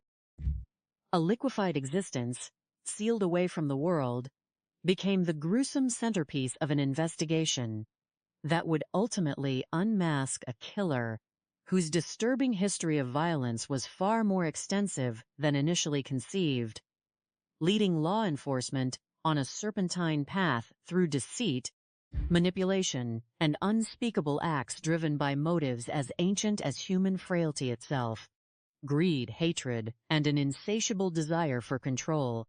The tale truly began its public unfolding on a seemingly ordinary Monday, the 5th of February, 2001, at approximately 1:30 in the afternoon. The vibrant, bustling energy of Las Vegas, Nevada, a city known for its glittering lights and ephemeral dreams, momentarily dimmed as police received an ominous telephone call. The caller was a concerned manager of a local storage facility, his voice etched with a disquiet that transcended mere business concerns. His worry stemmed from numerous, persistent complaints from various tenants within the sprawling complex. A pervasive, sickening, foul odor that had begun to emanate from somewhere deep within the rows of anonymous units. The smell, as he conveyed with a shudder, was not just unpleasant. It was the unmistakable, harrowing smell of death, a scent once encountered, never forgotten, capable of drilling deep into the primal recesses of the human psyche. Responding with the gravity such a report demanded, uniformed officers soon arrived at the scene. The manager, his face a canvas of apprehension, guided them through the maze of metal doors and echoing concrete, leading them inevitably to the specific storage unit that appeared to be the epicenter of this noxious miasma. The air grew heavier, thicker, with each step closer. The moment the metal door to the unit rolled upwards, revealing its darkened interior, the officers were physically assaulted by an overwhelming, pungent wave of decaying flesh, a potent, visceral testament to the horror that lay within. It was a scent that not only attacked the olfactory senses, but seemed to claw at the very fabric of their being, leaving a metallic taste of dread in their mouths. Inside the dimly lit unit, their flashlights cut through the gloom, revealing a truly bizarre tableau. Dominating the small space was a large, refuse canister, the kind typically rolled out to the curb for household waste collection. This was no ordinary disposal, however. The receptacle was meticulously wrapped with plastic film around its top opening, and then further secured with an impressive quantity of robust duct tape, an unmistakable sign of deliberate, calculated effort to seal the contents away, to contain, to hide, and perhaps to preserve its unspeakable secret. The sight alone was enough to raise every alarm bell in a detective's mind. Human remains are rarely, if ever, found in such a carefully concealed domestic container. A presumptive test for the presence of blood was quickly conducted on the outside of this sealed drum, yielding an immediate and stark positive result. The forensic indicators were screaming. This positive preliminary test, confirming the presence of biological material associated with a violent event, swiftly provided the legal justification necessary for the authorities to pursue a telephonic search warrant. Such a warrant would grant them the legal authority to open this macabre package and definitively ascertain its contents. The process, while legally sound, could not diminish the profound sense of unease and anticipation. Once the warrant was secured, investigators proceeded with extreme caution, methodically cutting open the layers of plastic and tape that formed an almost impenetrable barrier.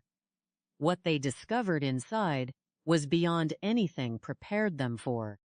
The senior investigating officer, recalling the moment, could only describe it as witnessing a human being in an advanced, unprecedented state of decomposition. A scene so profoundly disturbing, he had never seen one like that in my life. The meticulous care taken to seal the garbage can had, ironically, created a contained, anaerobic environment, hastening the decomposition process into something truly horrifying. It was, as described with an unsettling precision, an absolutely liquefied body, a phrase that conjured images of the impossible, the grotesque, and underscored the extraordinary challenges awaiting the forensic team. The sheer degradation of the remains meant that determining a conventional cause of death was an almost insurmountable obstacle.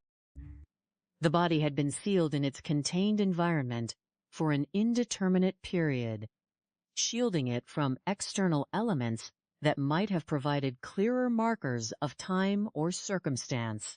This peculiar act of entombment after death, a chilling detail, immediately suggested not only foul play, but also a perverse intent.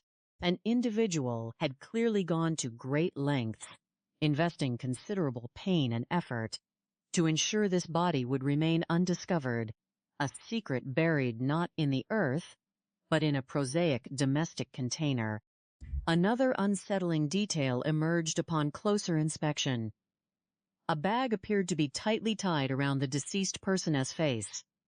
This subtle yet significant act suggested a profound disrespect, perhaps even a ritualistic element beyond mere concealment. It elevated the crime from simple disposal to something with a darker, more symbolic layer of malice. Amidst the visceral horror, amidst the pervasive odor, a crucial piece of investigative gold was unearthed. Nestled within a plastic bag found inside the unit was a wallet containing a driver's license. The identification card bore the name Christine M. Smith. This discovery provided the critical first link in what would become a complex chain of inquiry.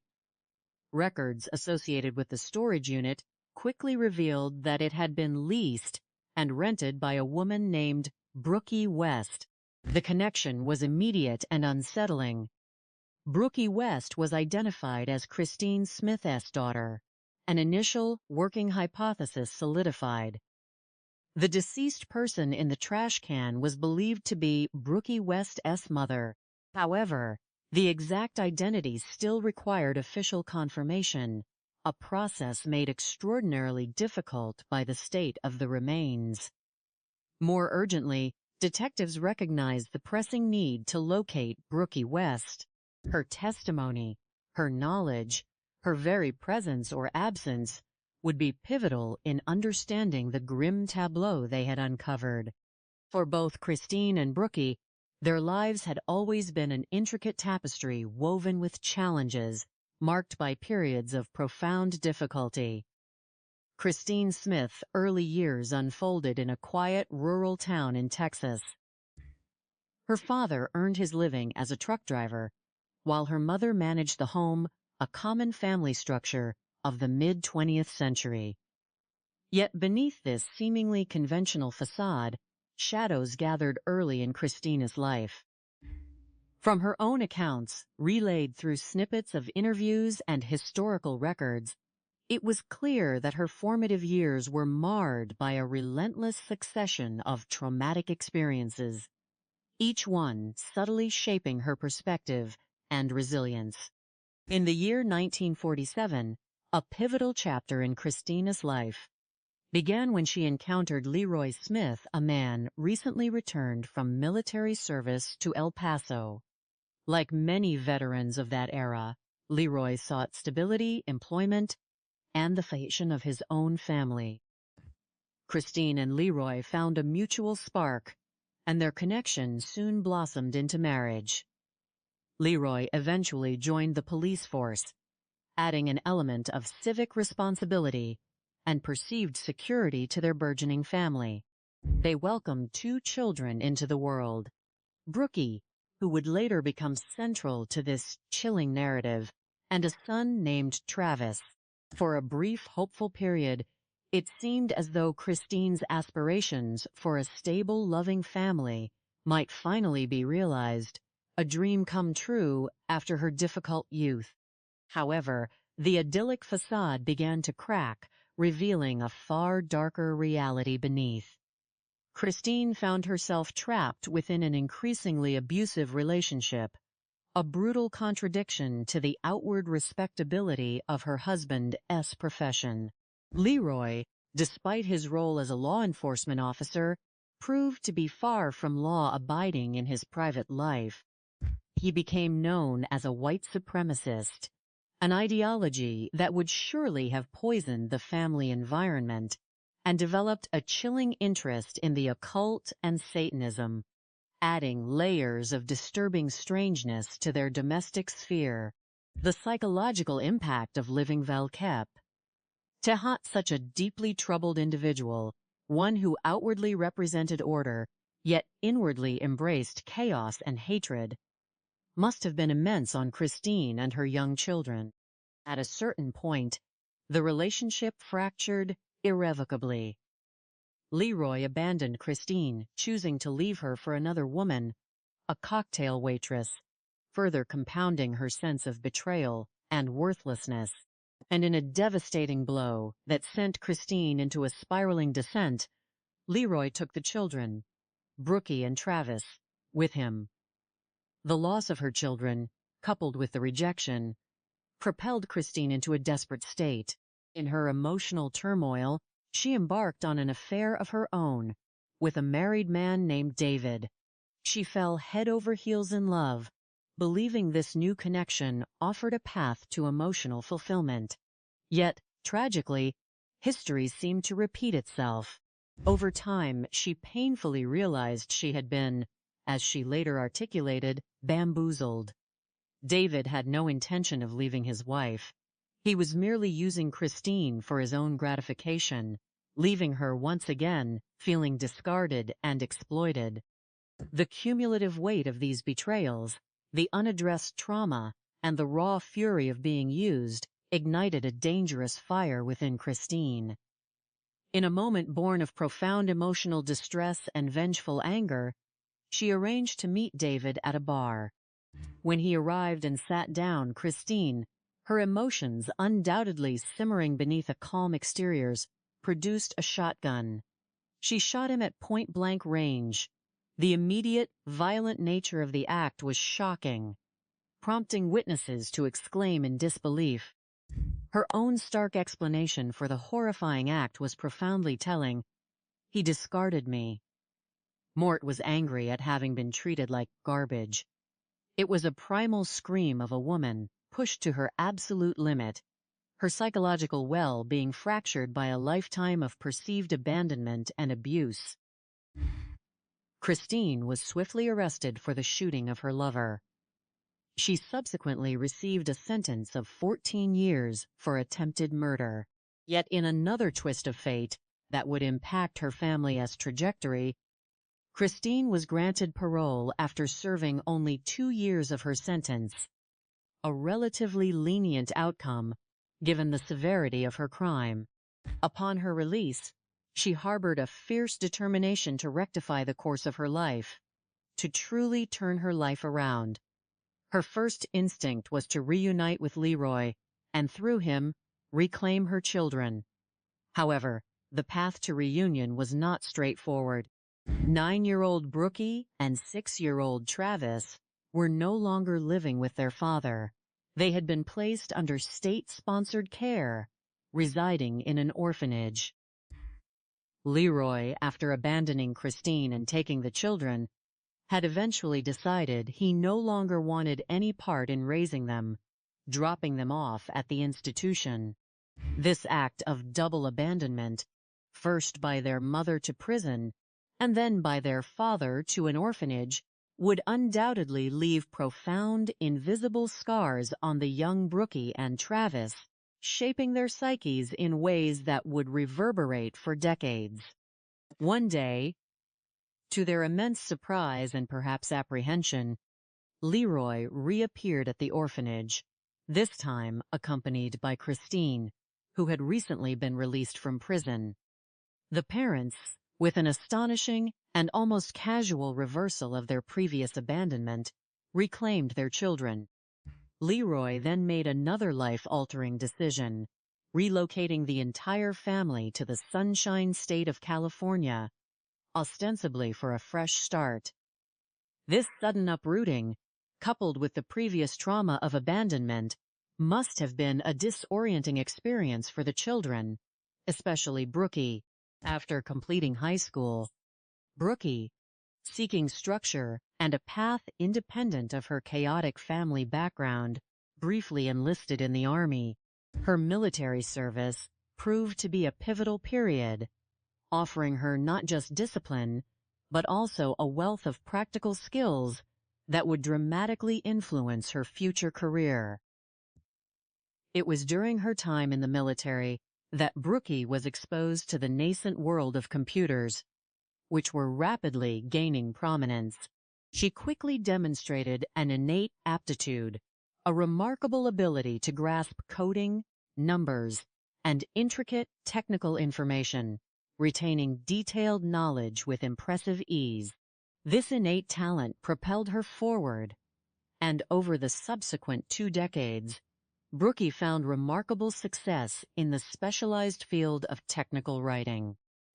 A technical writer is an expert at translating complex information into clear, concise, and accessible documents, such as instruction manuals for software installation or detailed user guides.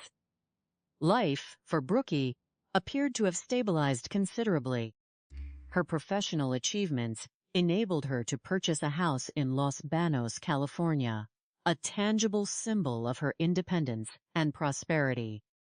She had seemingly built a life starkly different from the tumultuous one she had endured in her youth.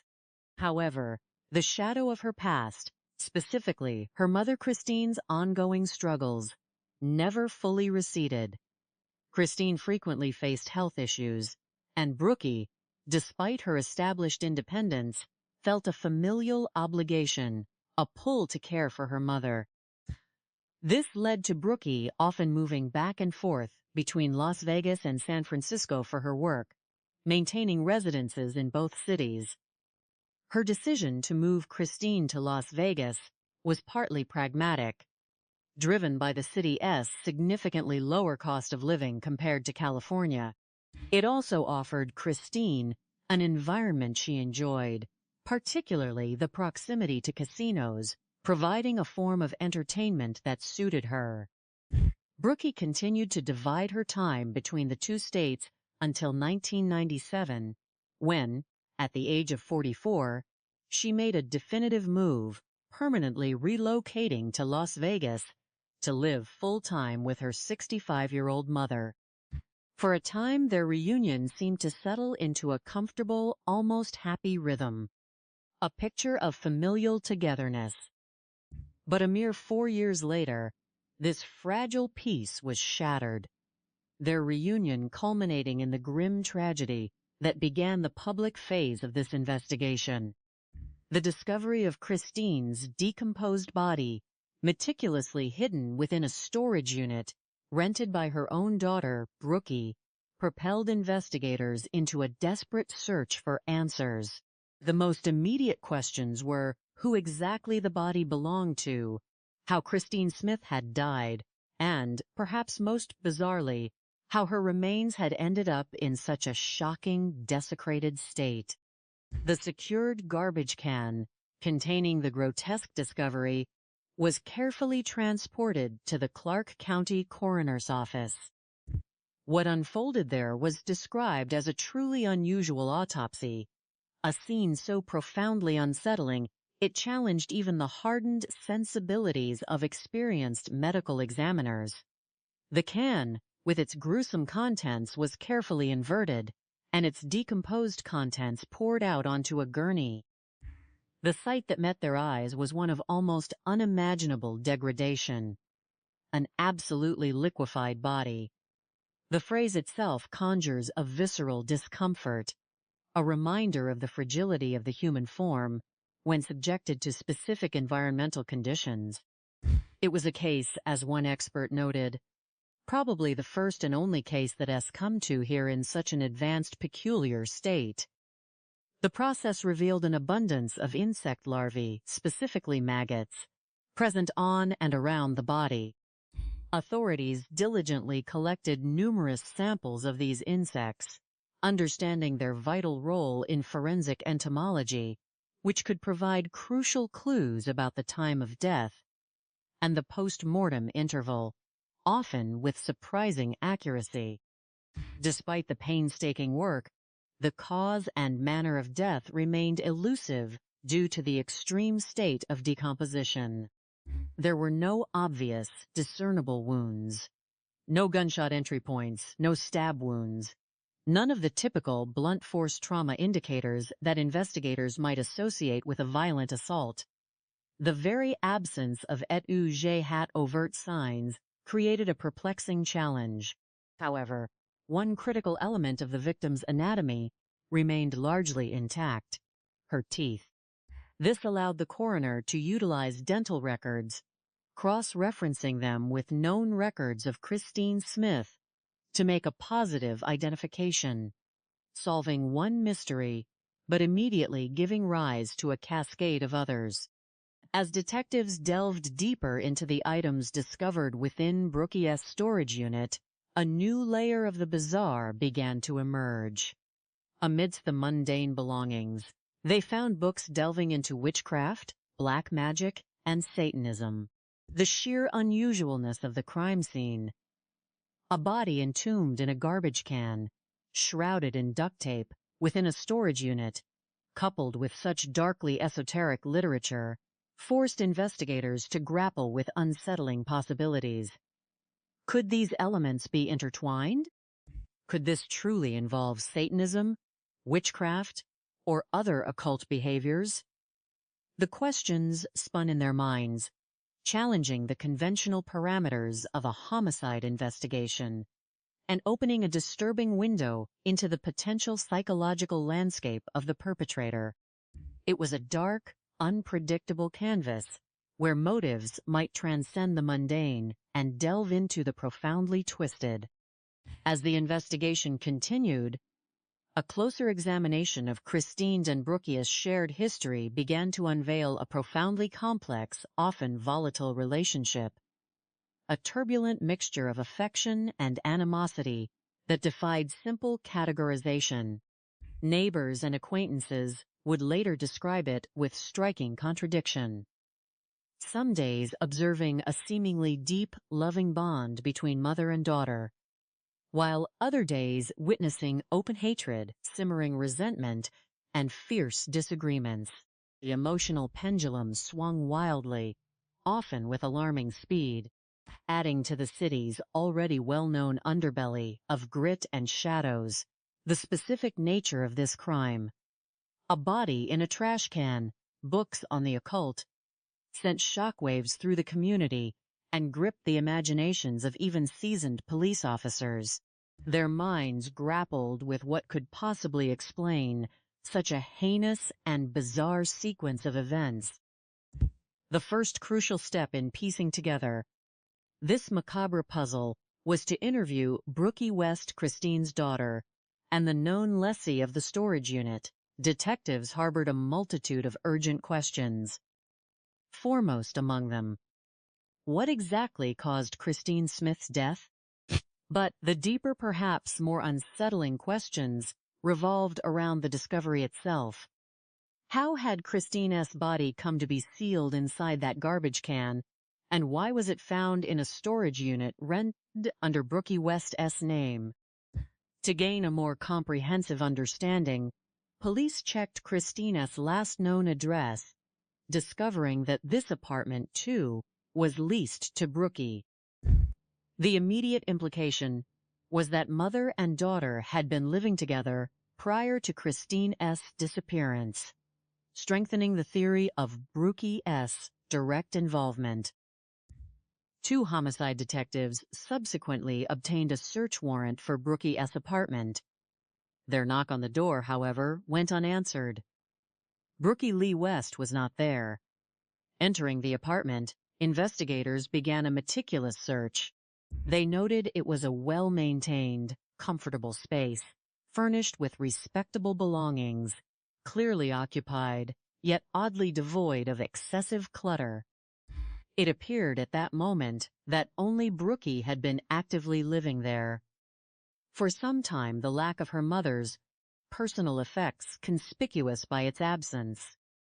Within the apartment, several pieces of deeply suspicious evidence were meticulously collected. Detectives discovered a roll of duct tape, later found to be a perfect match through forensic analysis to the very tape used to seal the garbage can. This was a critical physical link directly connecting Brookey to the means of concealment. They also located what they believed to be the key to the lock for the very storage unit where Christine's body had been discovered. The circumstantial evidence was rapidly accumulating, forming an increasingly damning picture. Beyond these tangible items, investigators dedicated themselves to a thorough examination of the paperwork found in the apartment, particularly focusing on financial records. A stark, incriminating pattern emerged from the bank statements. Brookey Lee West had consistently been collecting her mother's Social Security payments, long after Christine had vanished from public view. This financial exploitation combined with the other findings, presented a highly suspicious circumstance and a compelling scenario that pointed directly to Brookey's involvement in her mother's death, establishing a potent financial motive alongside other, potentially darker impulses. Seeking to further illuminate the complex dynamic between mother and daughter, investigators interviewed Christine and Brookey's neighbors and acquaintances. What they gleaned was profoundly eye-opening. The relationship was universally described as having a deeply conflicted nature, a perplexing blend of affection and bitter animosity. Some days you thought that they loved each other dearly, one neighbor recounted, and other days you thought they hated each other. Another, wary of getting entangled, shared anecdotes from a mutual friend, Sandy, highlighting the constant back and forth, kind of up and down situation. It was a double-edged relationship, perpetually fraught with arguments and deep-seated discord. According to Christina's friends, the profound conflict between mother and daughter could be traced back to Brookey's own tumultuous childhood, a period irrevocably shaped by Christine's deeply dysfunctional upbringing and her inability to establish healthy boundaries.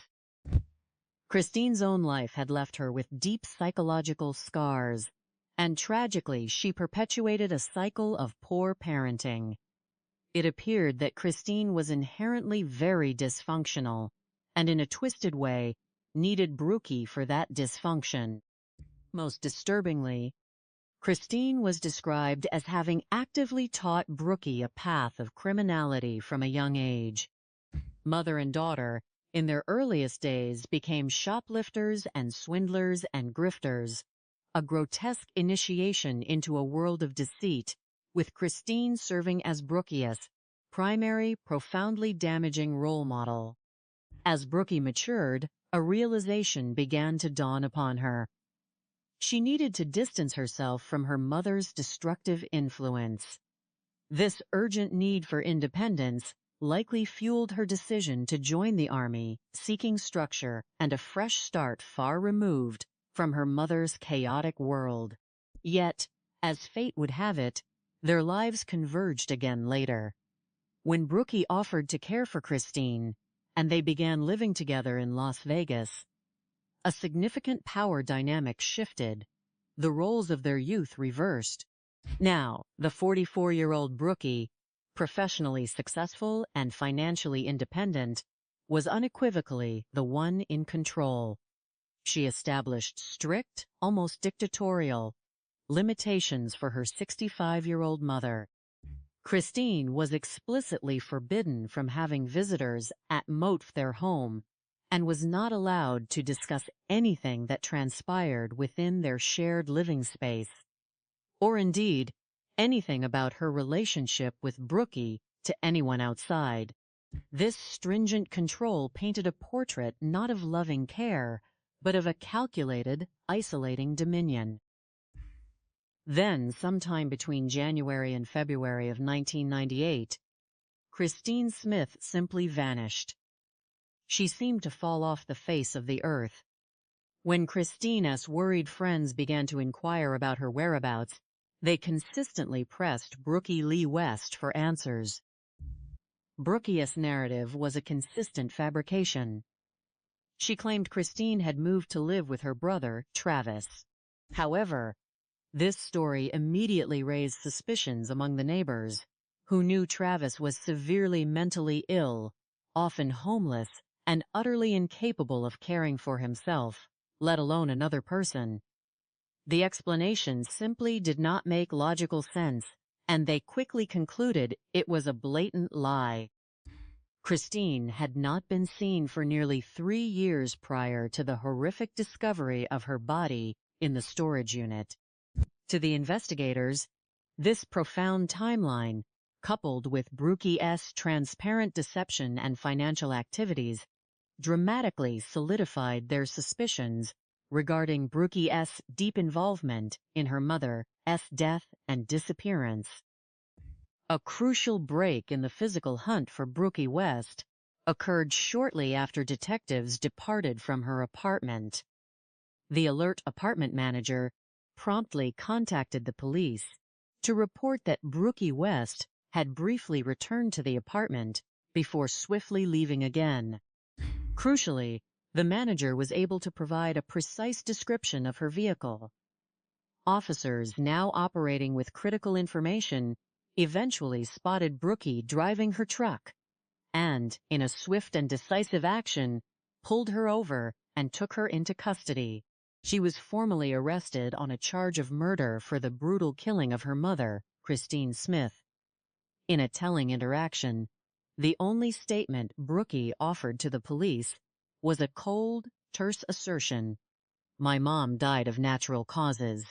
She elaborated on this, claiming she found her mother deceased in 1999, panicked, and in a moment of purported desperation, decided to dispose of her mother's body in the garbage can.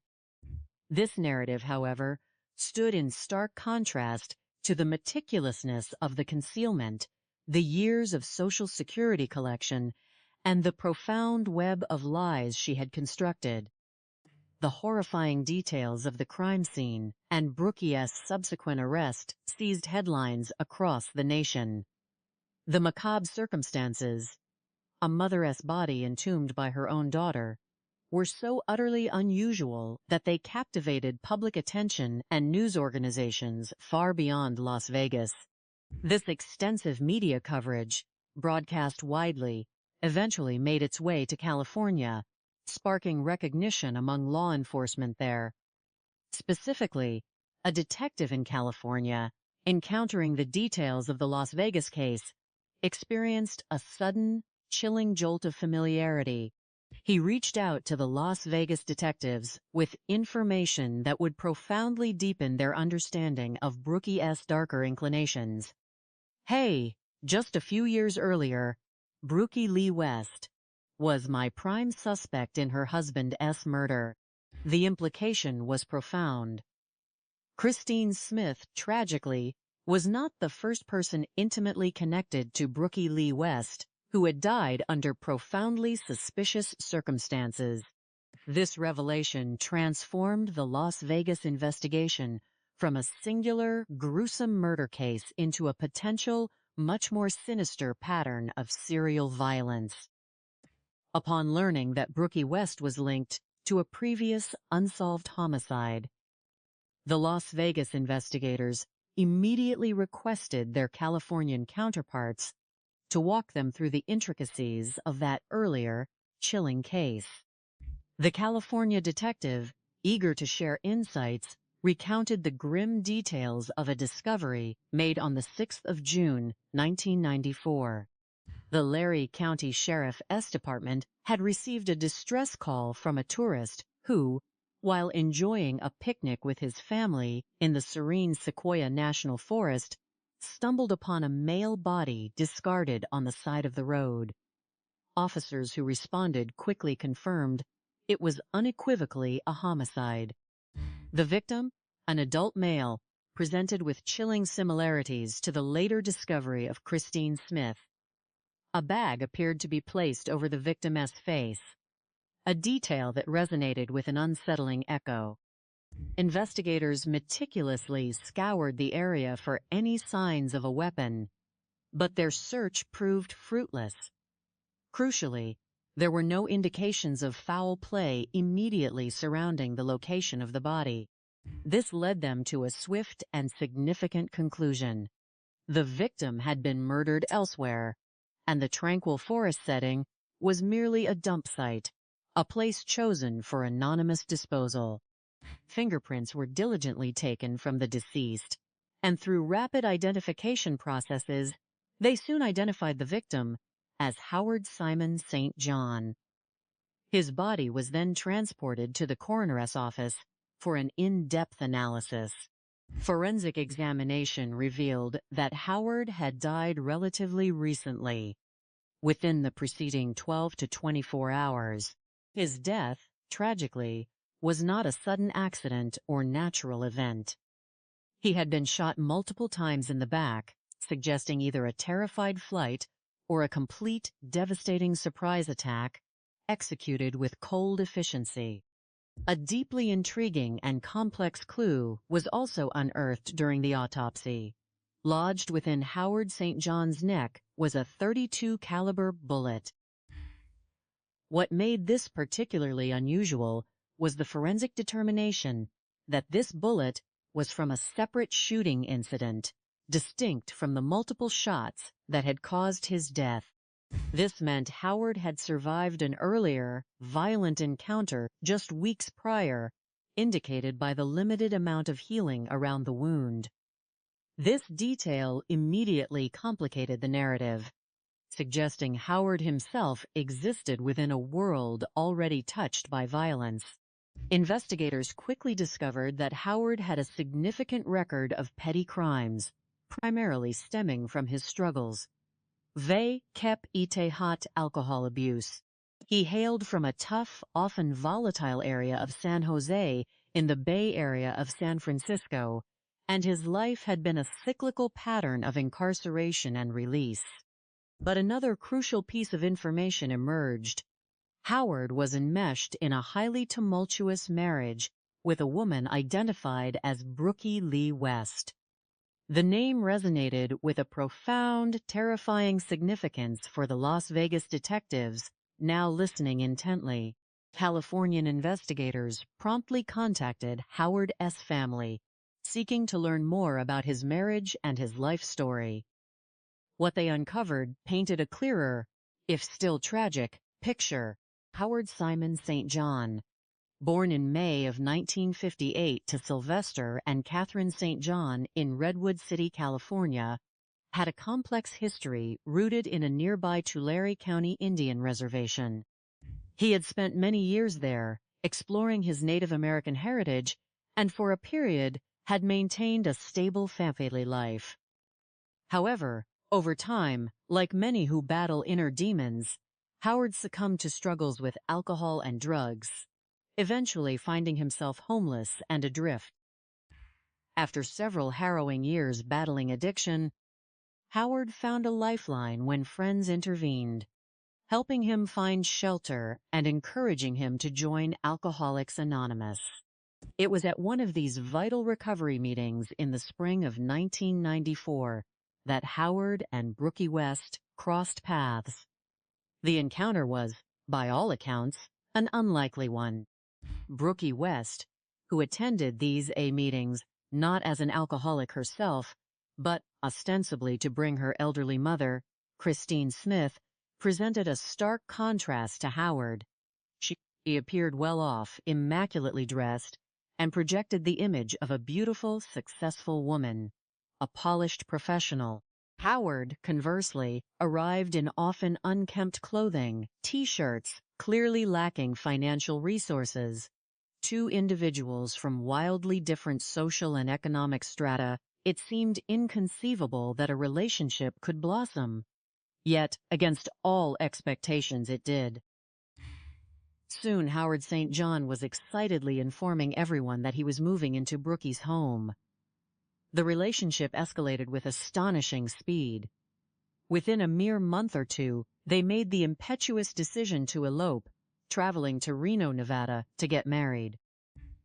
This whirlwind courtship and rapid marriage, given their disparate backgrounds and the brevity of their acquaintance, would later raise significant questions about Brookey's underlying motives, particularly from the perspective of criminal psychology. Was it a genuine connection? Or was Brookey, ever the manipulator, seeking to control and exploit a vulnerable individual? The answer, given subsequent events, leaned ominously towards the latter. A disturbing detail in the investigation files from the Tulare County Sheriff's Department revealed a documented incident of domestic violence that occurred roughly 2 weeks prior to Howard's death. On the 21st of May, just about a month after their rushed marriage, a violent altercation erupted between Brookey and Howard. During this heated dispute, Brookey utilized a firearm, shooting Howard. He sustained a gunshot wound to the neck. The near-fatal nature of this injury, occurring so close to his eventual demise, could not be overlooked. On the 9th of June, 1994, merely 3 days after Howard's body was found, investigators went to their California home to question Brookey about his death. The sequence of events was profoundly suspicious. A prior domestic dispute involving gun violence, and then, only a few weeks later, Howard turns up dead. The authorities had every logical reason to scrutinize this relationship with intense focus. For the Las Vegas detectives, listening to this recounting, the eerie similarities between Howard S.'s death and Christine S.'s case were beginning to coalesce into an undeniable and terrifying pattern. As the California investigators pressed on, probing deeper into Brookey S.'s role, following Howard S.'s murder, a surprising figure answered the door at their shared home. It was not Brookey, but her 62-year-old mother, Christine Smith.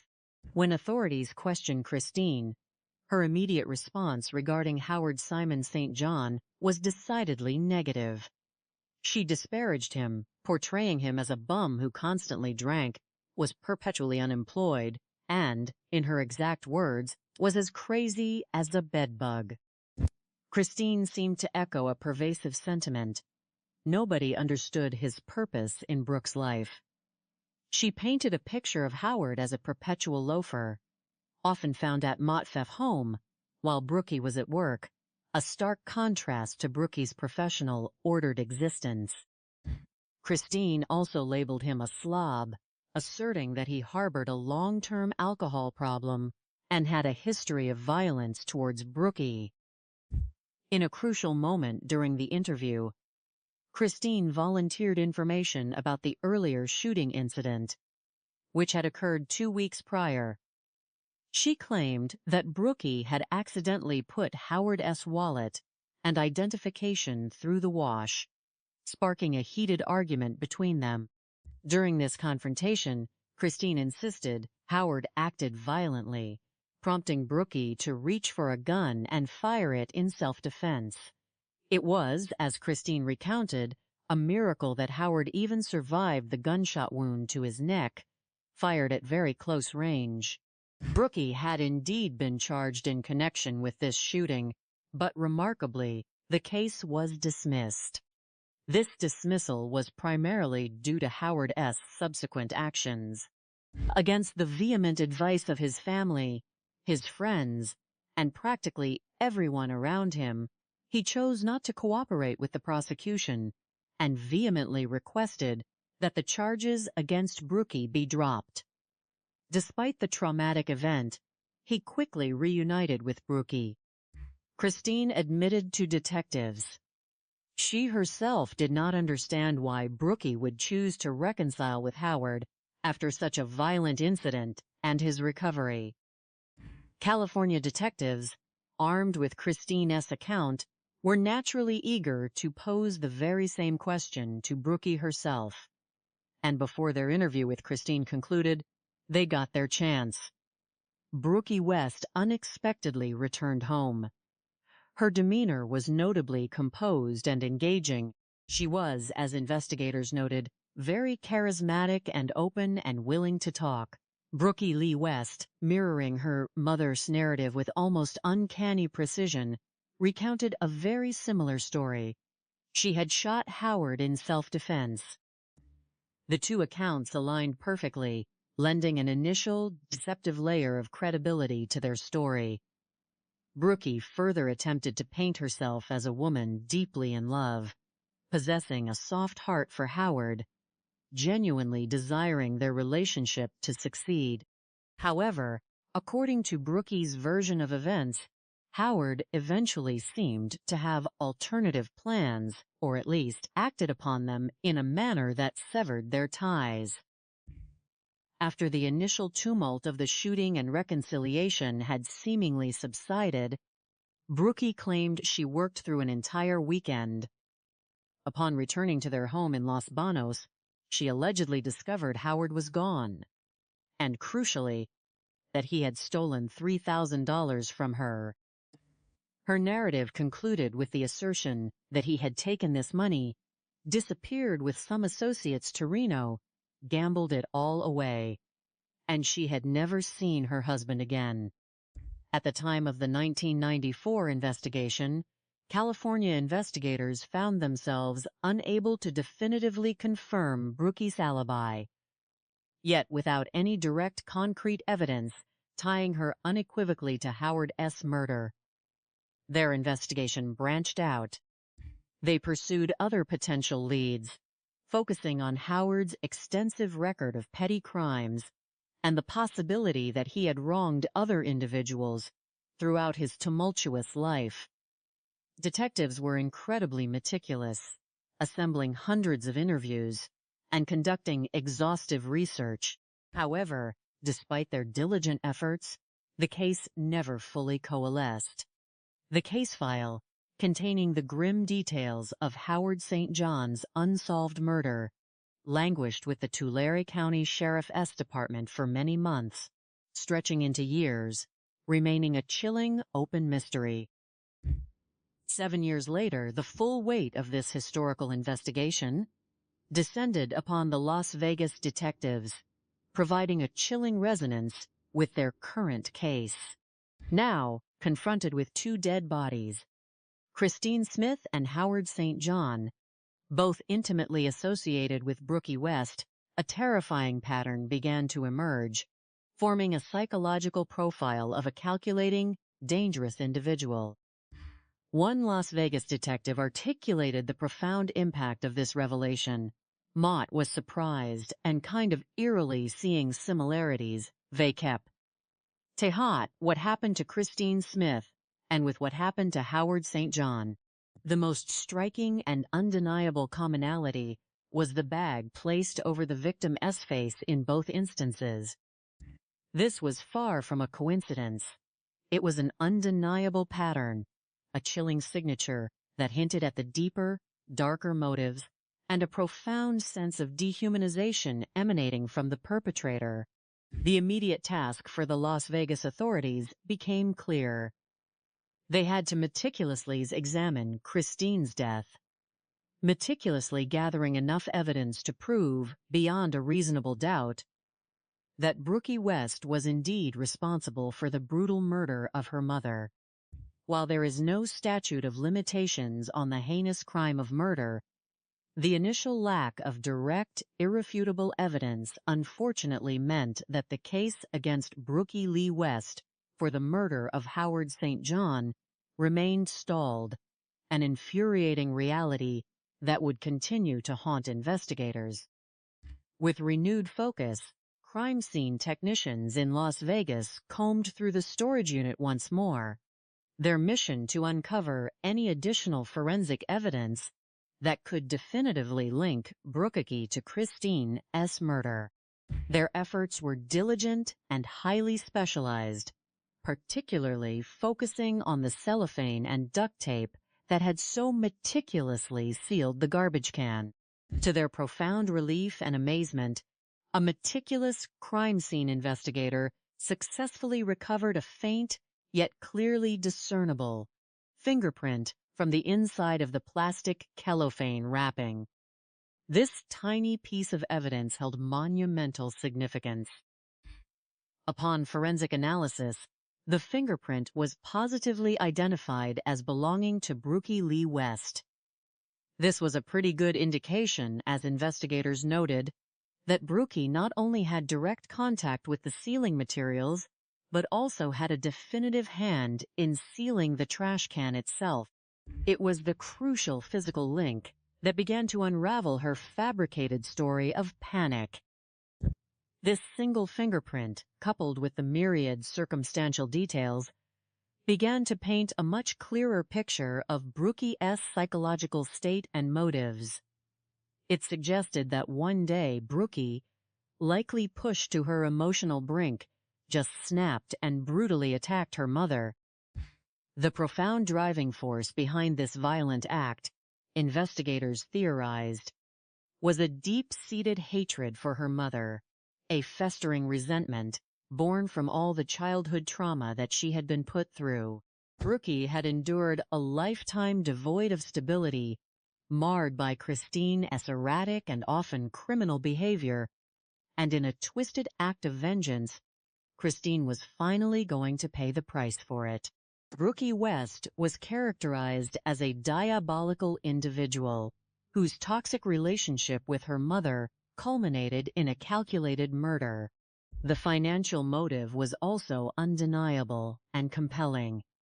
She continued to collect her mother's Social Security payments for approximately 2.5 years after Christine's disappearance and a callous act that betrayed her true character. This case, in its horrifying totality, was defined by greed, hatred, and selfishness, a trifecta of human vice leading to unspeakable tragedy. The discovery of Brookey's fingerprint on the cellophane provided a solid, tangible piece of evidence.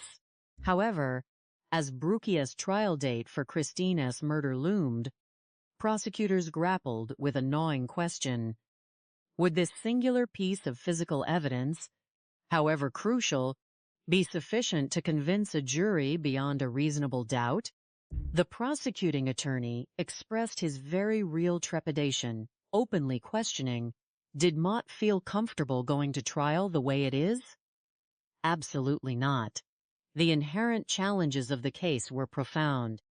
Unlike many murder prosecutions, they lacked a murder weapon, a tangible instrument directly linking Brookey to the fatal blow. They also lacked a confession, that most powerful of admissions from the accused. This left them vulnerable to an alternative narrative. Could Brookey have merely panicked after her mother died of natural causes, then simply disposed of the body in a desperate, albeit misguided, attempt to conceal the death? The defense would certainly present this very argument, contending that the body might have harbored some natural disease that was no longer detectable due to the advanced state of decomposition, a point the prosecution reluctantly conceded as theoretically possible. Brookey Lee West's trial for the murder of her mother Christine Smith commenced on the 3rd of July, 2001, 5 months after Christine's grotesquely entombed body was discovered. The courtroom became the arena where two starkly different narratives clashed. The defense, as anticipated, capitalized on the absence of a direct murder weapon and a confession, striving to paint Brookey as a panicked daughter reacting improperly to a natural death. But the prosecution had a crucial counterargument rooted in a very specific detail of the crime scene that fundamentally undermined Brookey's claim of mere panic. There was one immutable, inexplicable action: the presence of a bag over Christine's face. As the prosecutor argued with chilling logic, there would be no reason to put a bag over someone's face if you just panic. This act, devoid of any practical purpose for concealment, screamed of premeditation, of a deliberate attempt, not just to hide a body, but to dehumanize it. Adding an unsettling, almost ritualistic layer to this detail, the prosecutor offered a chilling theory. He suggested a potential connection to the Satanic Bible, which he had deliberately read in preparation for the trial. His grim hypothesis was that by placing something over their eyes, that person is damned forever to be stuck in their own demons. This dark interpretation, while speculative, provided a chilling psychological dimension to the act, transforming it from a mere detail into a profound indicator of malicious intent. To further bolster their case, the prosecution brought in an expert witness of paramount importance, a forensic entomologist. This specialist offered scientific testimony that meticulously dismantled the panic disposal defense. The expert explained that if Christine's death had indeed occurred naturally, and the body had been disposed of Without immediate hermetic sealing, you would have expected, within minutes, if not within the hour, blowflies would have colonized the body. The glaring absence of blowflies, therefore, was a significant anomaly. This crucial piece of entomological evidence allowed the prosecution to powerfully argue that Brookey Mo'uete have had the garbage can ready, the cellophane wrapping ready, and the duct tape ready. The meticulous preparation, signaled by the lack of natural insect activity, profoundly shifted the narrative. The absence of blowflies, the entomologist explained, suddenly gave me the option to, based on science, to argue that this was premeditated. The conclusion was stark and terrifying. The body most likely went into this can very shortly after it died, or possibly even when it was still alive. This expert testimony effectively shattered Brookey's claim of finding a naturally deceased mother and then panicking. It pointed instead to a cold, calculating, and premeditated act. On the 19th of July, 2001, after only 2 hours of deliberation, the jury returned with its verdict. Brookey Lee West was found guilty of first-degree murder.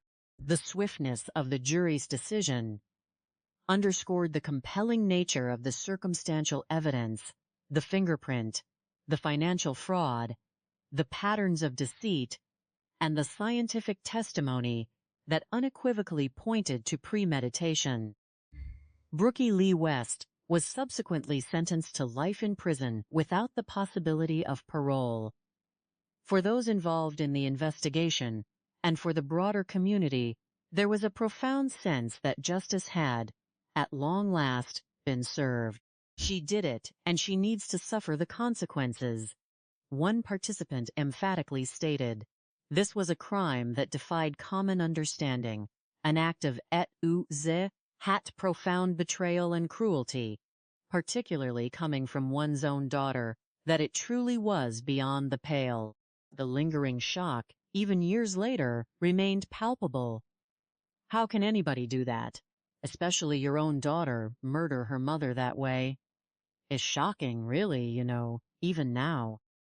6 years after her conviction, Brookey's chilling case garnered national attention, featuring prominently on the 5th season of the acclaimed television program, Snapped. Yet, as the annals of her criminal career would demonstrate, her story was far from over. Her capacity for cunning and deception had not been extinguished by incarceration. Nearly 10 years after Brookey Lee West was convicted of murder, an unbelievable event unfolded at the state prison where she was serving her life sentence. On the 20th of July, 2012, Brookey, who had been incarcerated since 2001, was housed at the Florence McClure Women's Facility in North Las Vegas, the primary correctional institution for female prisoners in the state of Nevada. Remarkably, for much of her time behind bars, Brookey had cultivated the image of a model prisoner. She immersed herself in activities, teaching art classes to fellow inmates, engaging in pen pal groups, and actively participating in various productive initiatives within the prison system. For a period, it seemed as though the rigid structure and routine of prison life suited Brookey, perhaps even providing a perverse comfort and an opportunity to project an image of rehabilitation. However, on a Friday morning, visiting day, typically a time for inmates to eagerly anticipate family visits, Brookey was occupied with a far more audacious endeavor, using illicitly acquired